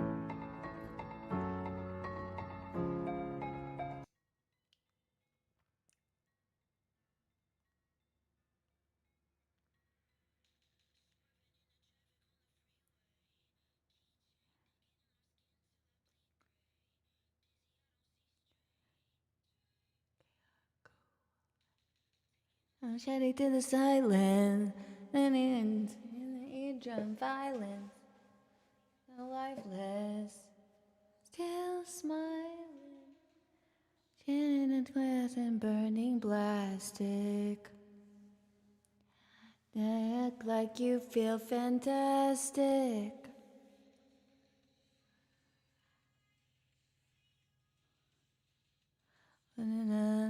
My 5 years on the map, die for you. Substance starts and burning. Oh God, this video is making me classic.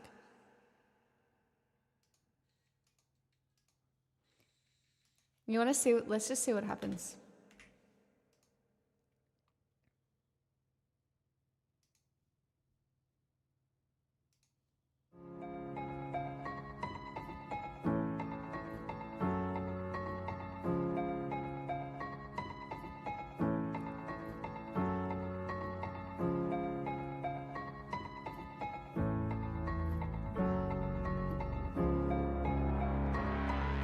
Swerving in the traffic on the freeway.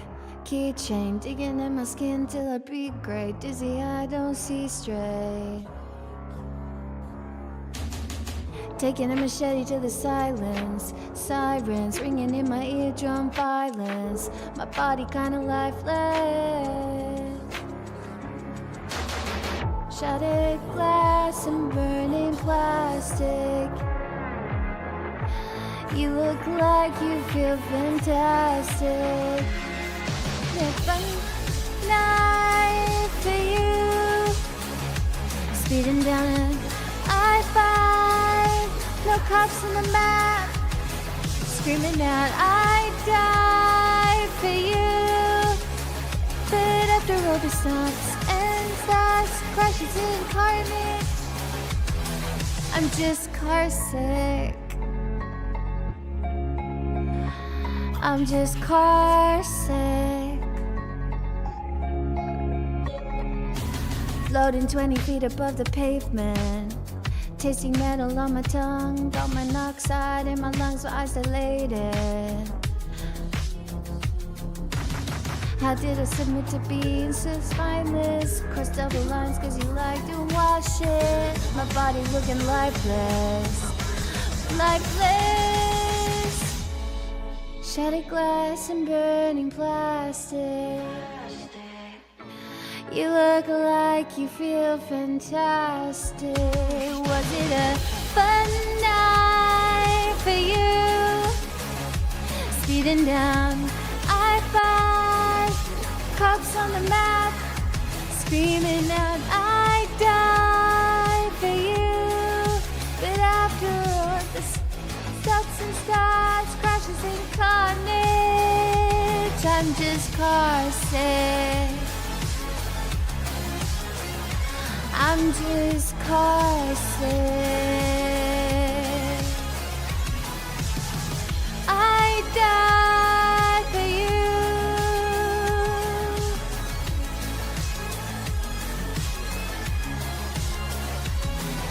After all, stops and starts, crashes and carnage, I'm just car sick.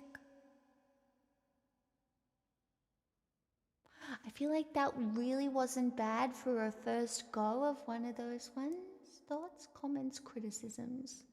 I feel like it's a good addition to the list, and I feel like it wasn't that bad. She's hard. She is hard. The other song was harder, for sure. But that track is better, yeah? That track is way better. It's way better. Now, somebody else requested a song, but I can't see them anywhere. Hold on, I've opened up a tab. Help, I'm alive. Help, I'm alive.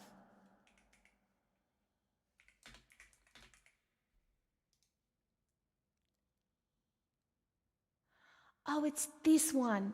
Fuck, okay. I don't think I remember this, my boggies. This could be very bad. Or maybe I do. I don't know.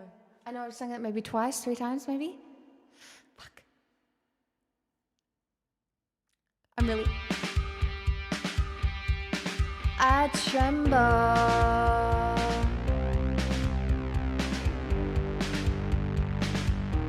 They're gonna eat me alive.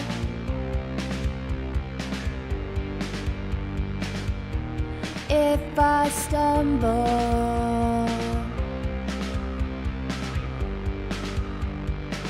they're gonna eat me alive. Oh. Can you hear my heart beating like a hammer?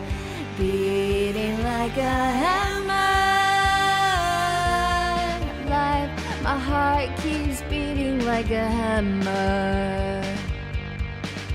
Hard to be soft, tough to be tender. Come take my pulse, the pace is on a runaway train. Help, I'm alive, my heart keeps beating like a hammer. Beating like a hammer. If you're still alive, my regrets are few. If my life is mine, what shouldn't I do? I get wherever I'm going, I get whatever I need, while my blood's still flowing and my heart's still beating like a hammer. Beating like a hammer. Alive, my heart keeps beating like a hammer. Hard to be soft, tough to be tender. Come take my pulse, the pace is on a runaway train. Help, I'm alive, my heart keeps beating like a hammer. Beating like a hammer. If you're still alive,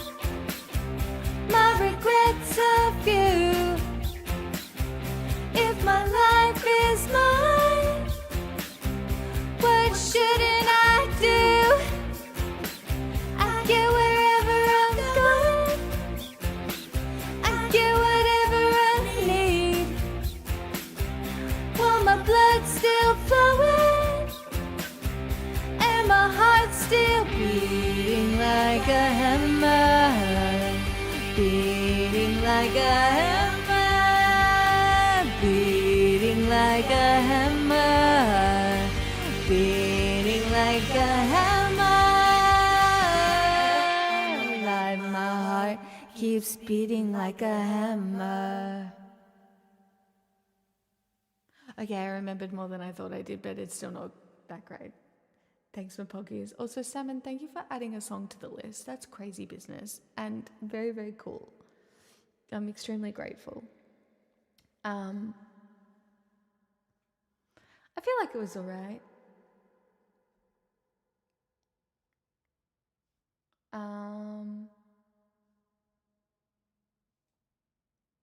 want to sing this one. No one will be surprised. No one will be surprised.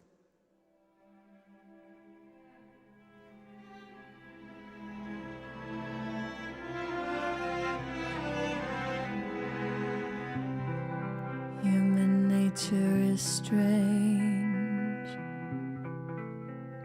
I know you're bad for me, and I never feel right. At least not so easily. Has addiction come for me?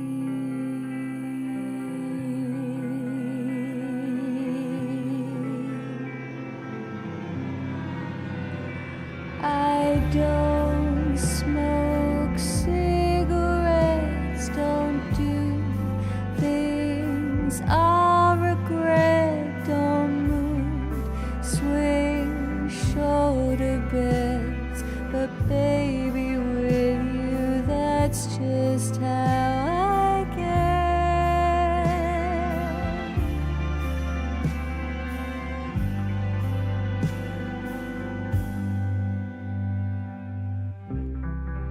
I have every bit of you, every awful corner,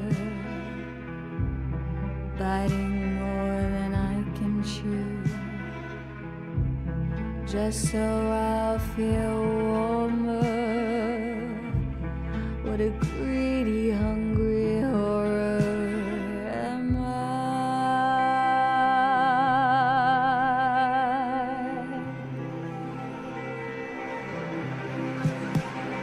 I don't smoke cigarettes, don't do things I regret, don't mood swing shoulder bends, don't cut strings to attach to just some thought, sword silhouette, a journey I one day dread.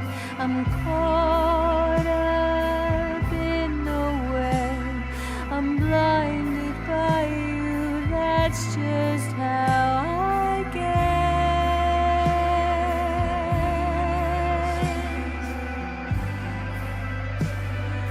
That's just how I guess.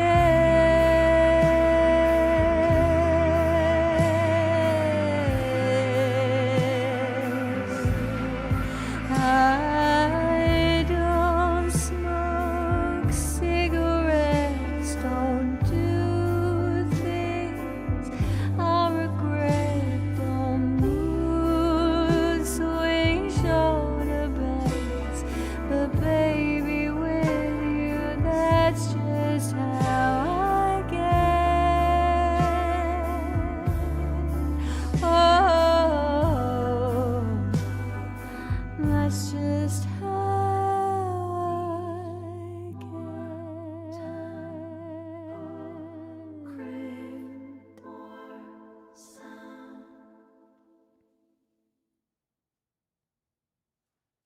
Yes, you and me both, Father Haggis. I know I don't sing it exactly like her, but I listen to that song a lot at the moment. It's such a vibe. Reckless driving. Oh my god, you just reminded me of a song that Tommy's Party. I don't remember that one. God. Oh my god, do I remember this? This used to be one of my favorites. I know it was. Do I know how it goes? My poggies, you've unlocked a thing.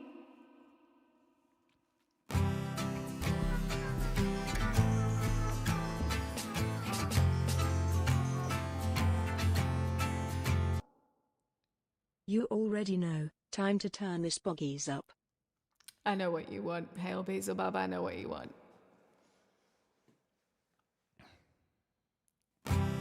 I didn't mean to kiss you. I mean I did, but I didn't think it'd go this far. I didn't mean to kiss you. Now you can't focus on the road when I'm in your car. Now we're going 100, your hands aren't on the wheel. Get you staring at me like you're not convinced that I am real. Now we're at 180, and I can finally see, but then it's over in a second. Crash the car into the tree. Yeah, I can see it all happen. You'd rather die than take your eyes off me.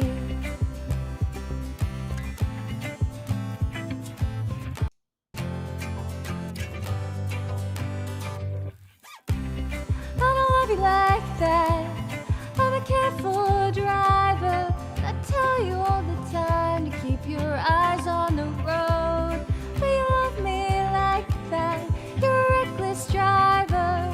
One day it'll kill us if I don't let go. This I isn't don't quite- know how to tell you I was kind of close. that I feel safe when you said shotgun. Never felt this way with no one. And I lie when I tell you I know exactly where we're going. I get lost just for this moment. And now we're at 100. My hands aren't on the wheel. Hands aren't on the wheel. Use this moment. Want you to know just how I feel. How I Now we're at 180, feel. and I can finally see, but then it's over in a second. Crashes the car into the tree. I don't know how it happened. Guess I died to keep your eyes on me. Cause I love you like that. I'm a reckless driver. And you tell me all the time to keep my eyes on the road. Do you love me like that? If I keep on driving, would you hold me crash or would you let me go? Don't wanna scrape you off the pavement. I can't be your savior. I don't wanna be here when you lose control. Don't wanna watch it happen. See the crowd's reaction. I don't wanna be here when you kill us both. Cause I don't love you like that. I'm a careful driver. And I tell you all the time to keep your eyes on the road. But you love me like that. You're a reckless driver. One day it will kill us if I don't let go. Cause I don't love you like that. I'm a careful driver. And I tell you all the time to keep your eyes on the road. But you love me like that. You're a reckless driver. One day it will kill us if I...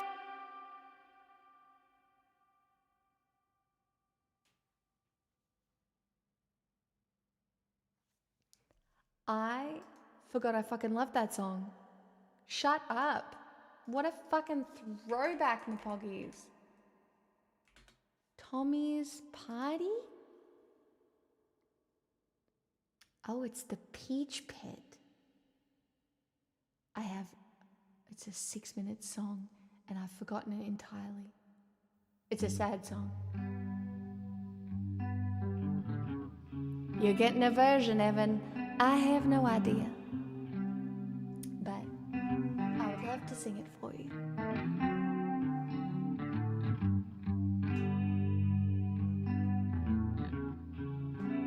Oh.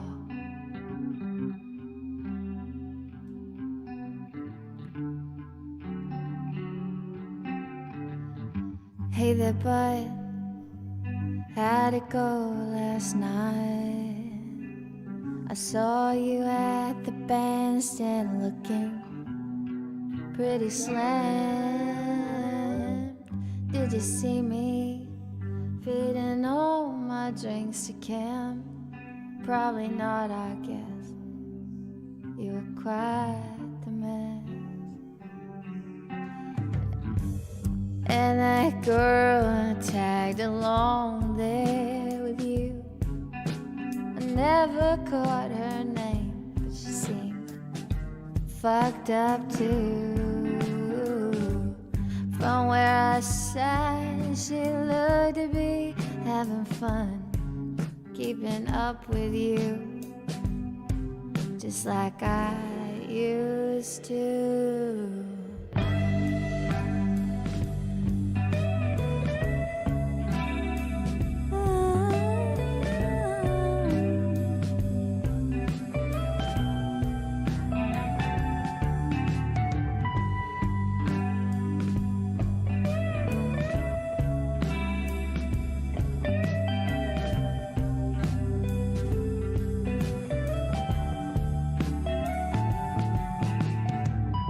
Hey there, bud, how did it go last night? I'm sorry to have ditched out, but I was pretty high. Heard from Leslie late on his stumble home. That was puking up all that beer she drunk. Though we didn't talk much, how'd your evening go? You barely spoke a word to me besides that slurred hello. But I happened to see without even trying how she laughed with you, just like I used to.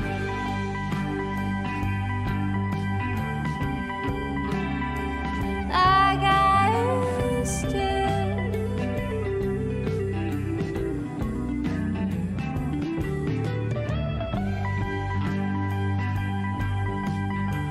It's good guitar clunk, so I can.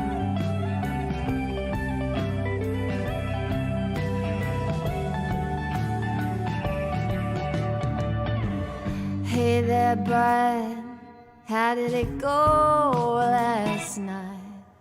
I woke up to a pair of shoes I've not seen next to mine.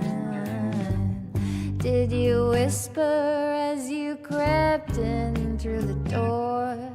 Had you never done much like this before?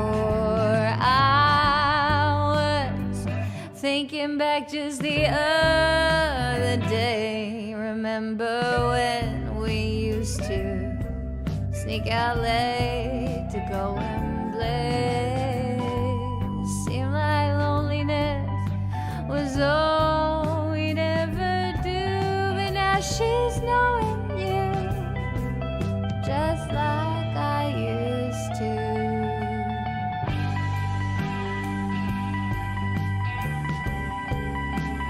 Like I used to.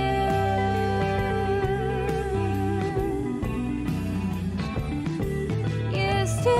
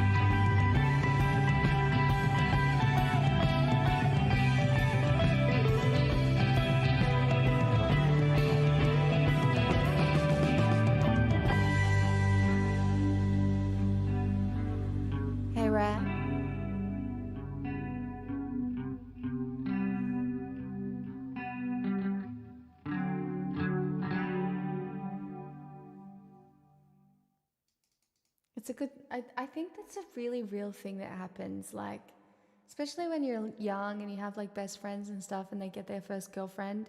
And you know how it's not until you're a little bit older that you realize like you should not ever really neglect your friends when you get into a relationship, and it can feel all consuming and stuff, but people when they're young don't do a very good job of it. And I think that song does a really good job of like depicting that exact feeling where it's like, I'm losing a friend. This fucking sucks. You know?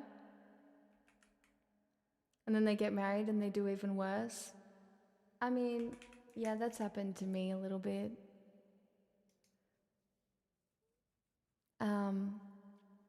But I don't know. I know I will never be like that. You know? I will always make the effort for my friends through whatever life changes. Having friends sounds like giving people attention. I simply refuse. Not to mention the sprog spawning stage. I mean, look, I've had a couple of friends have kids who have disappeared. But I still catch up with them. It's okay. But it's weird because you do get kind of, yeah. I'm really hoping if my friends have kids, that I get to just be like a pseudo auntie, because I think we are that close. So I'm hoping that's what that's like for me, more than anything. Hey, Beelzebub, I know what you want, and I'm sure it's this.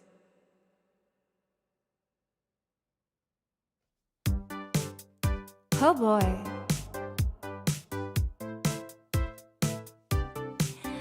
You said your phone was broken, just forgot to charge it. Whole outfit you're wearing, God, I hope it's ironic. Did you just say you're finished? Didn't know that we started. It's all just so familiar, baby. What do you call it? Stupid. Or is it slow? Maybe it's useless. But there's a cuter word for it. I know. Man child, why you always come and run into me? Fuck my life. Won't you let an innocent woman be? Never heard of self-care. Have your brain just stay there? Man child.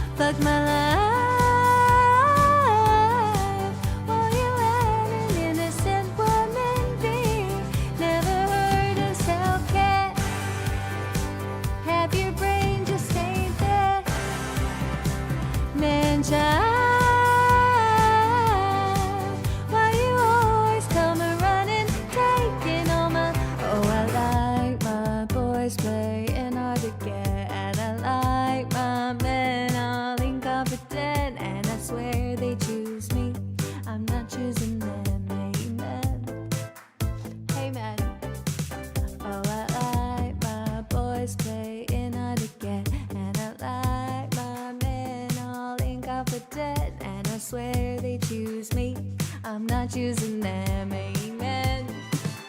Hey man, man child, why you always come and running at me? Fuck my life. Won't you let an innocent woman be? Oh, I like my boys playing hard to get, and I like my men all incompetent, and I swear they choose me.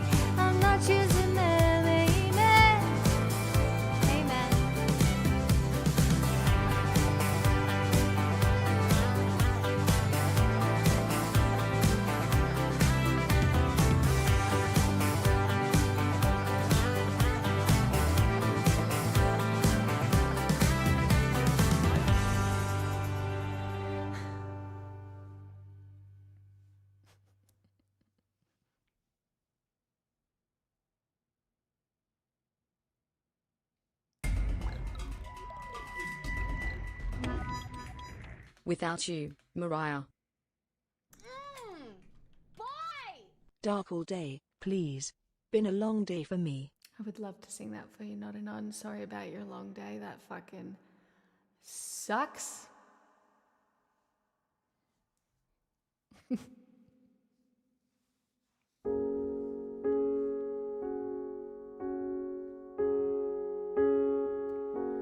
No, I can't forget this evening, or your face as you were leaving.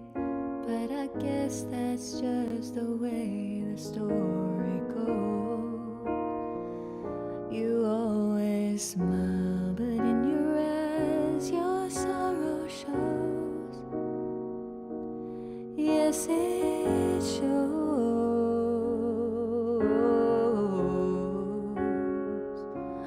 No, I can't forget tomorrow when I think of all my sorrow.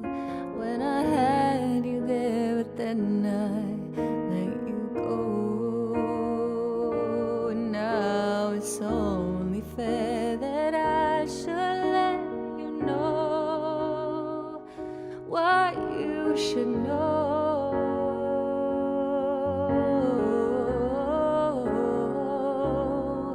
I can't live if living is without you. I can't live, can't give any more. I can't live if living is without you. I can't give any more. Well, I can't forget this evening, or your face as you were leaving. But I guess that's just the way the story goes. You always smile, but in your eyes your sorrow shows. Yes, it shows.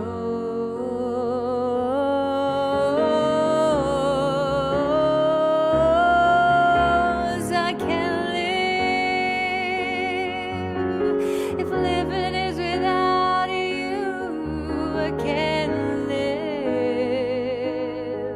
I can't give any more. I can't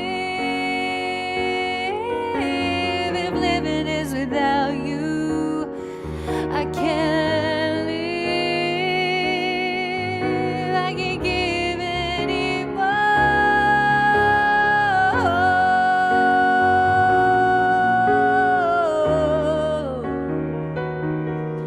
No, no, no, no, no.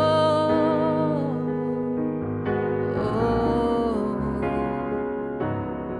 I can't live.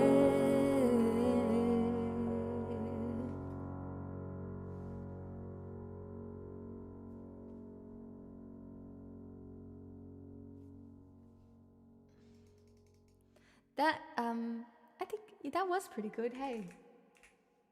I haven't sung it like that before. That was improv and very fun for me to do.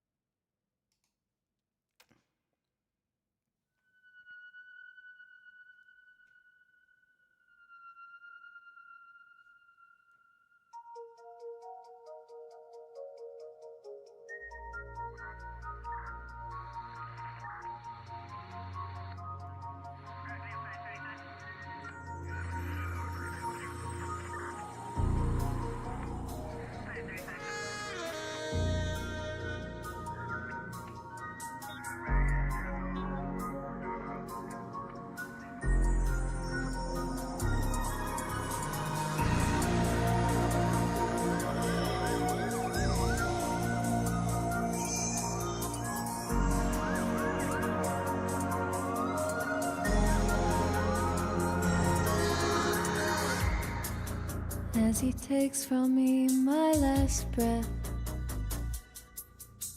and hell, I'm picking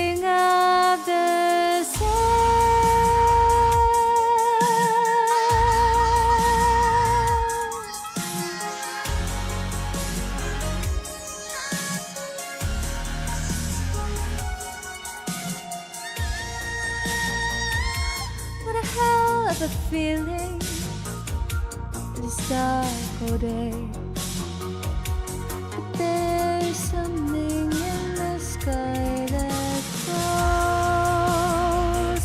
What a hell of a feeling! It's such a brilliant night. Can you feel those chemicals in the air tonight? I will see you on the other side. I am your night, go rip my heart out.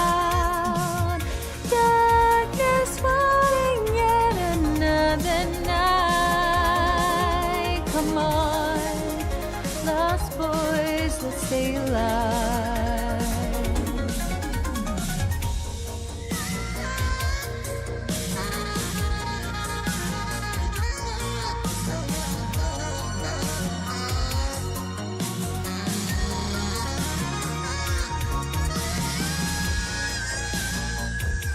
What a hell of a day to embrace disorder.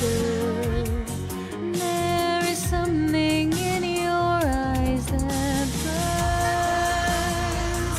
Light up, Jack the Ripper. Can you see there are chemicals in the air tonight? I will see you on the other side. I am your night, go rip my heart out. Darkness falling yet another night. Come on, lost boys, let's stay alive.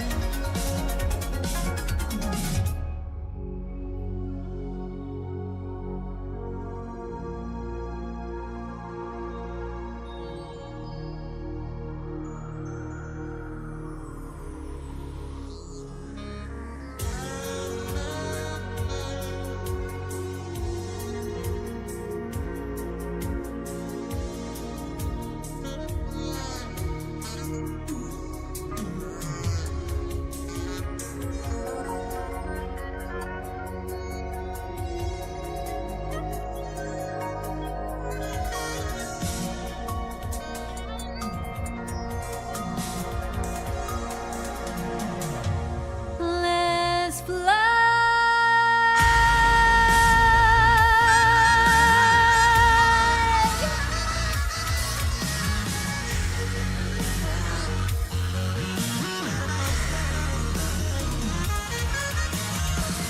I will see you on the other side.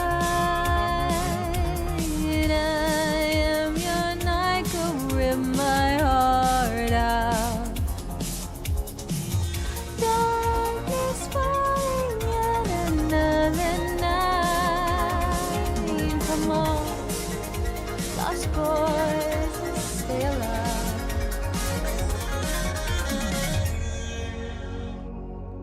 Good night, my lost boy. Thou shalt not fear. Good night, my sweetheart.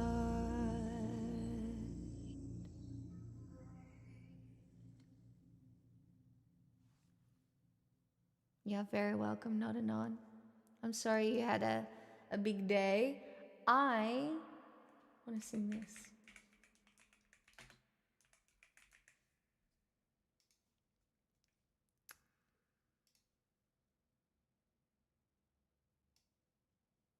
Like, I could not tell you the last time I paid for anything.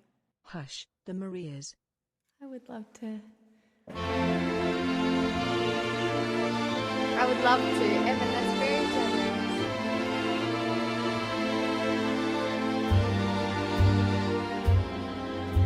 I'm wild again, big out again, a simpering, whimpering child again, bewitched, bothered, and bewildered.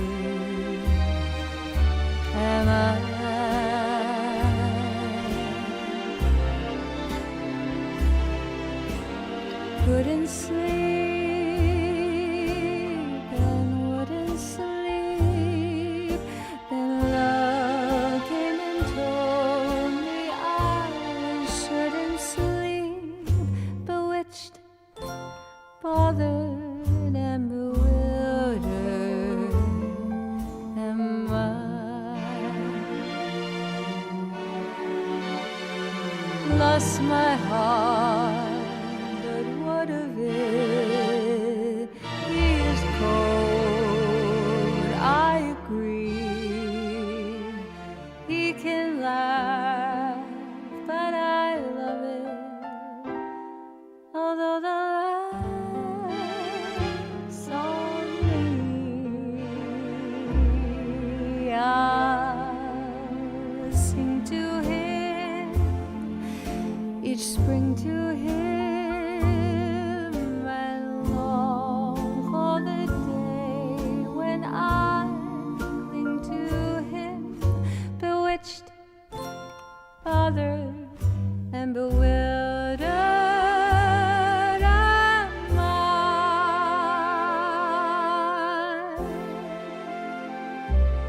You'll sing to him, each spring to him, And long for the day when I cling to him. Bewitched, bothered, and bewildered am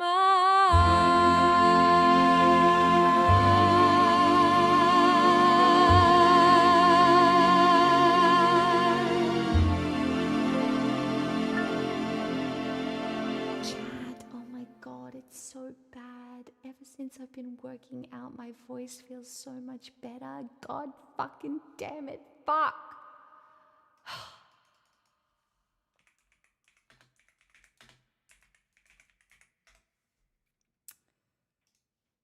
It's a fucking disaster. God fucking fuck. It's fine. Let's learn this. Evan.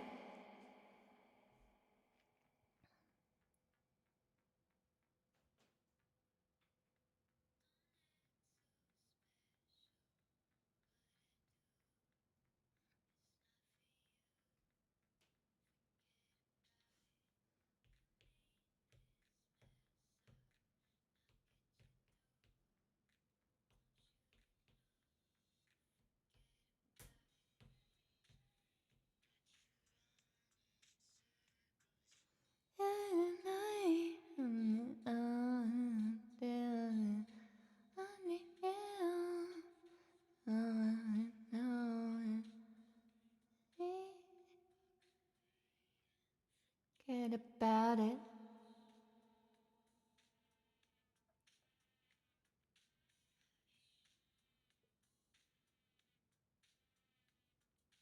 Hush. Faded. Never get in. Forget about it.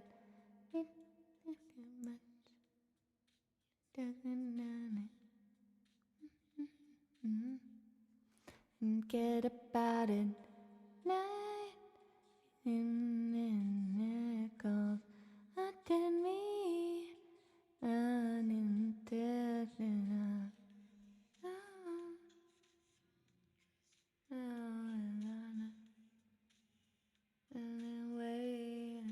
Get about it.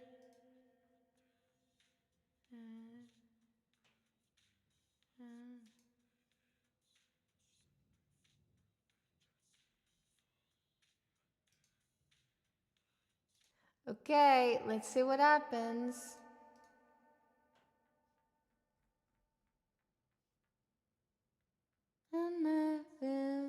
Okay. Well, let's see.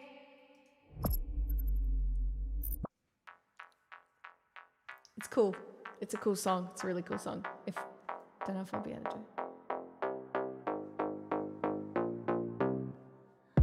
Don't act so special. What I do is not for you. Forget about it. You made this mess. I'll knock at your door.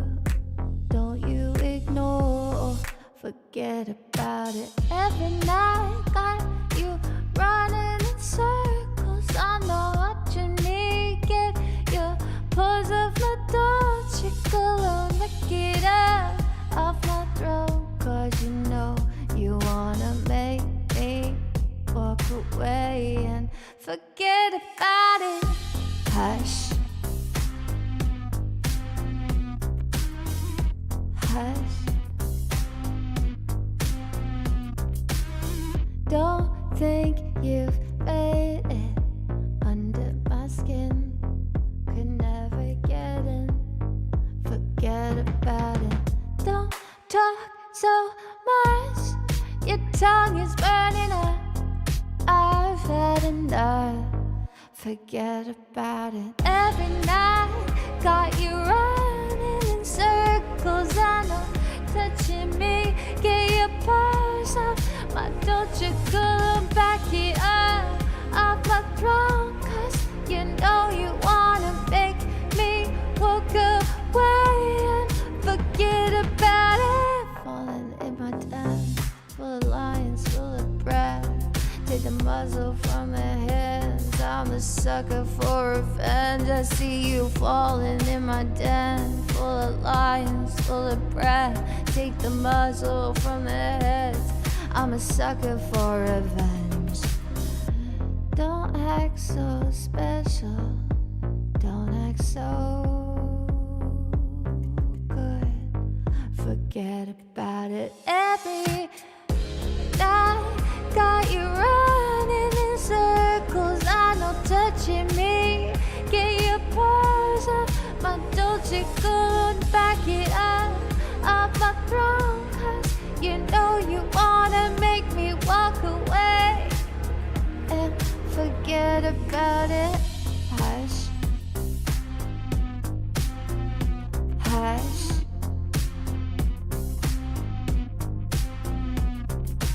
Hush. Hush.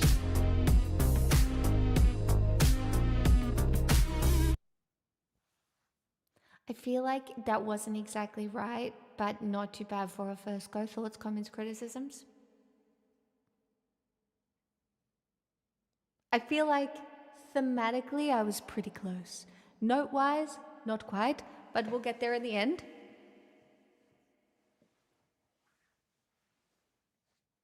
It's a cool song. I like it. I like it a lot. I should go before everything turns to ice. Well, I'm about to go too. It's 10:30. I'm gonna finish with this one. On a night like this, I lie. the gym. I'm gonna finish with this one.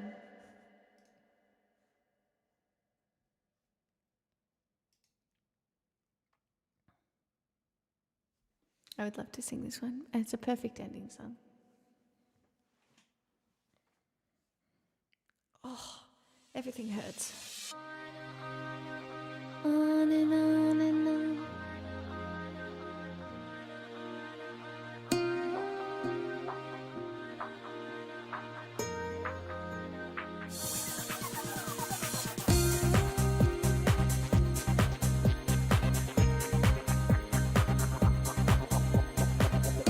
You kiss me, you touch me. Don't say it's like a fantasy when you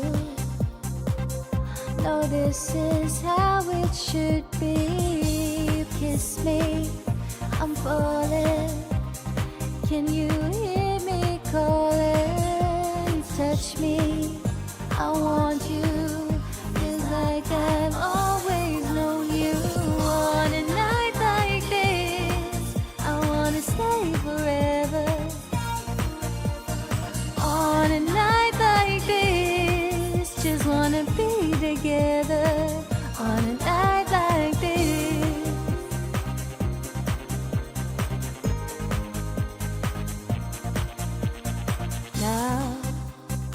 I'm getting closer to you. Hold me. I just can't be without you. You kiss me, I'm falling. It's your name I'm calling. You touch me, I want you. Feels like I've always known you. On a night like this, I wanna stay forever. On a night like this, just wanna be together. On a night like this, seems I've known you a lifetime. Now it's time to make you mine. On a night like this.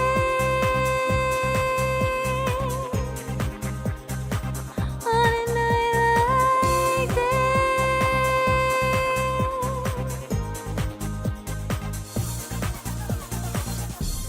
You kiss me, I'm falling. On a night like this, just wanna be together. On a night like this, I wanna stay forever. On a night like this, just wanna be together. On a night like this, you kiss me, I'm falling. You touch me. On a night like this, you kiss me, I'm falling. You touch me. On a night like this, you kiss me, I'm falling. You touch me. On a night like this, you kiss me, I'm falling. You touch me. On a night like this. Thank you, Anonya Moose. I am very grateful.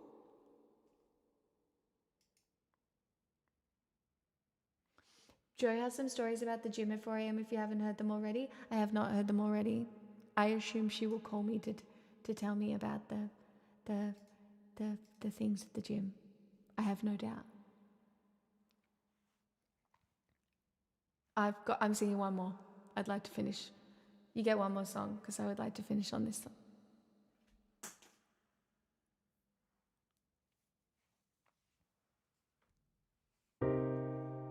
Tell me your fears, I've turned back the clocks, it's that time of year. If we stay the course, we could get it right. But I'm not devoid of an appetite. And everything seems to be coming up roses, but I'm scared if we're both right. Does it mean we're not aligned? Just for tonight, let's go hangover chasing, and I'll talk your ear off about why it's safe as I fumble my words and fall flat on my face through the truth. Just say the word and we'll take up the test where we flirt with the bad ones and skip all the rest. But we see out the night with your head on my chest, me and you. There's only me and you. Now I see your tears on account of my wants, and now it appears that I'm feeling guilty and worried, dear, that you think I might not want you here. Does all of this seem to be bringing us closer, or am I backseating your life, judging while you try? Just for tonight, let's go hangover chasing, and I'll talk your ear off about why it's safe as I fumble my words and fall flat on my face through the truth. Just say the word and we'll take up the test, where we flirt with the bad ones and skip all the rest. But we see out the night with your head on my chest, me and you.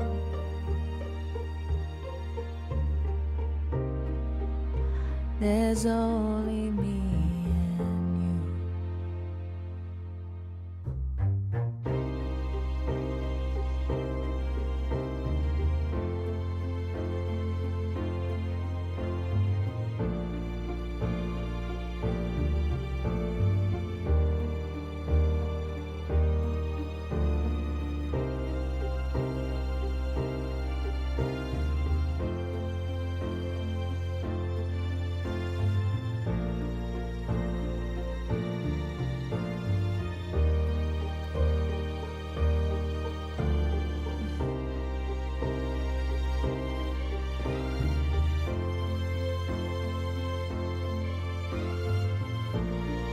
So weird.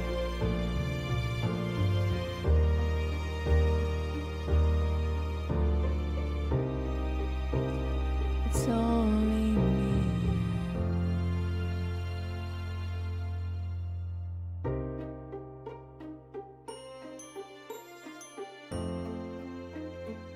La la la la.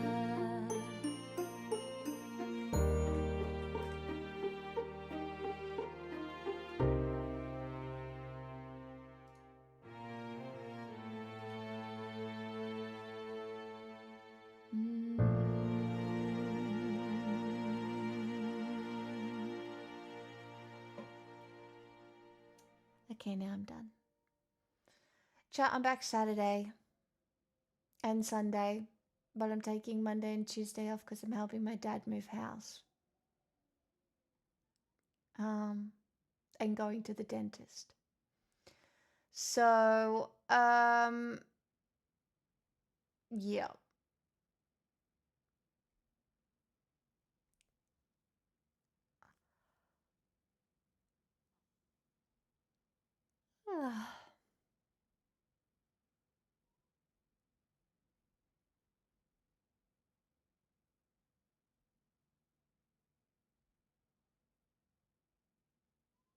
Guess we need to edit the schedule again. Look, life just keeps coming at me. And also, I would love to go help my dad move. Do you know what I mean?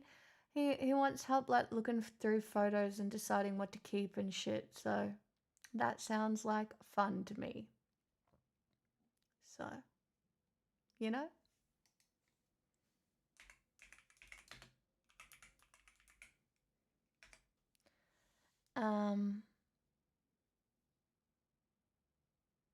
It was more the extra Saturday stream. Well, I feel like I ripped everybody off yesterday with the day stream because I got ready. I know a lot of people liked that content.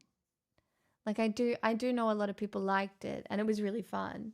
But, you know, feels like it's not my best. And also next week's a bit funny because Monday and Tuesday off. Like, who is she? Why? But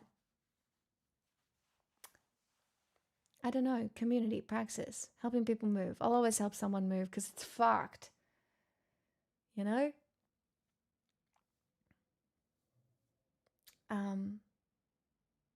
That was a heck of a surprise, yeah, with my bald cap. If you like that.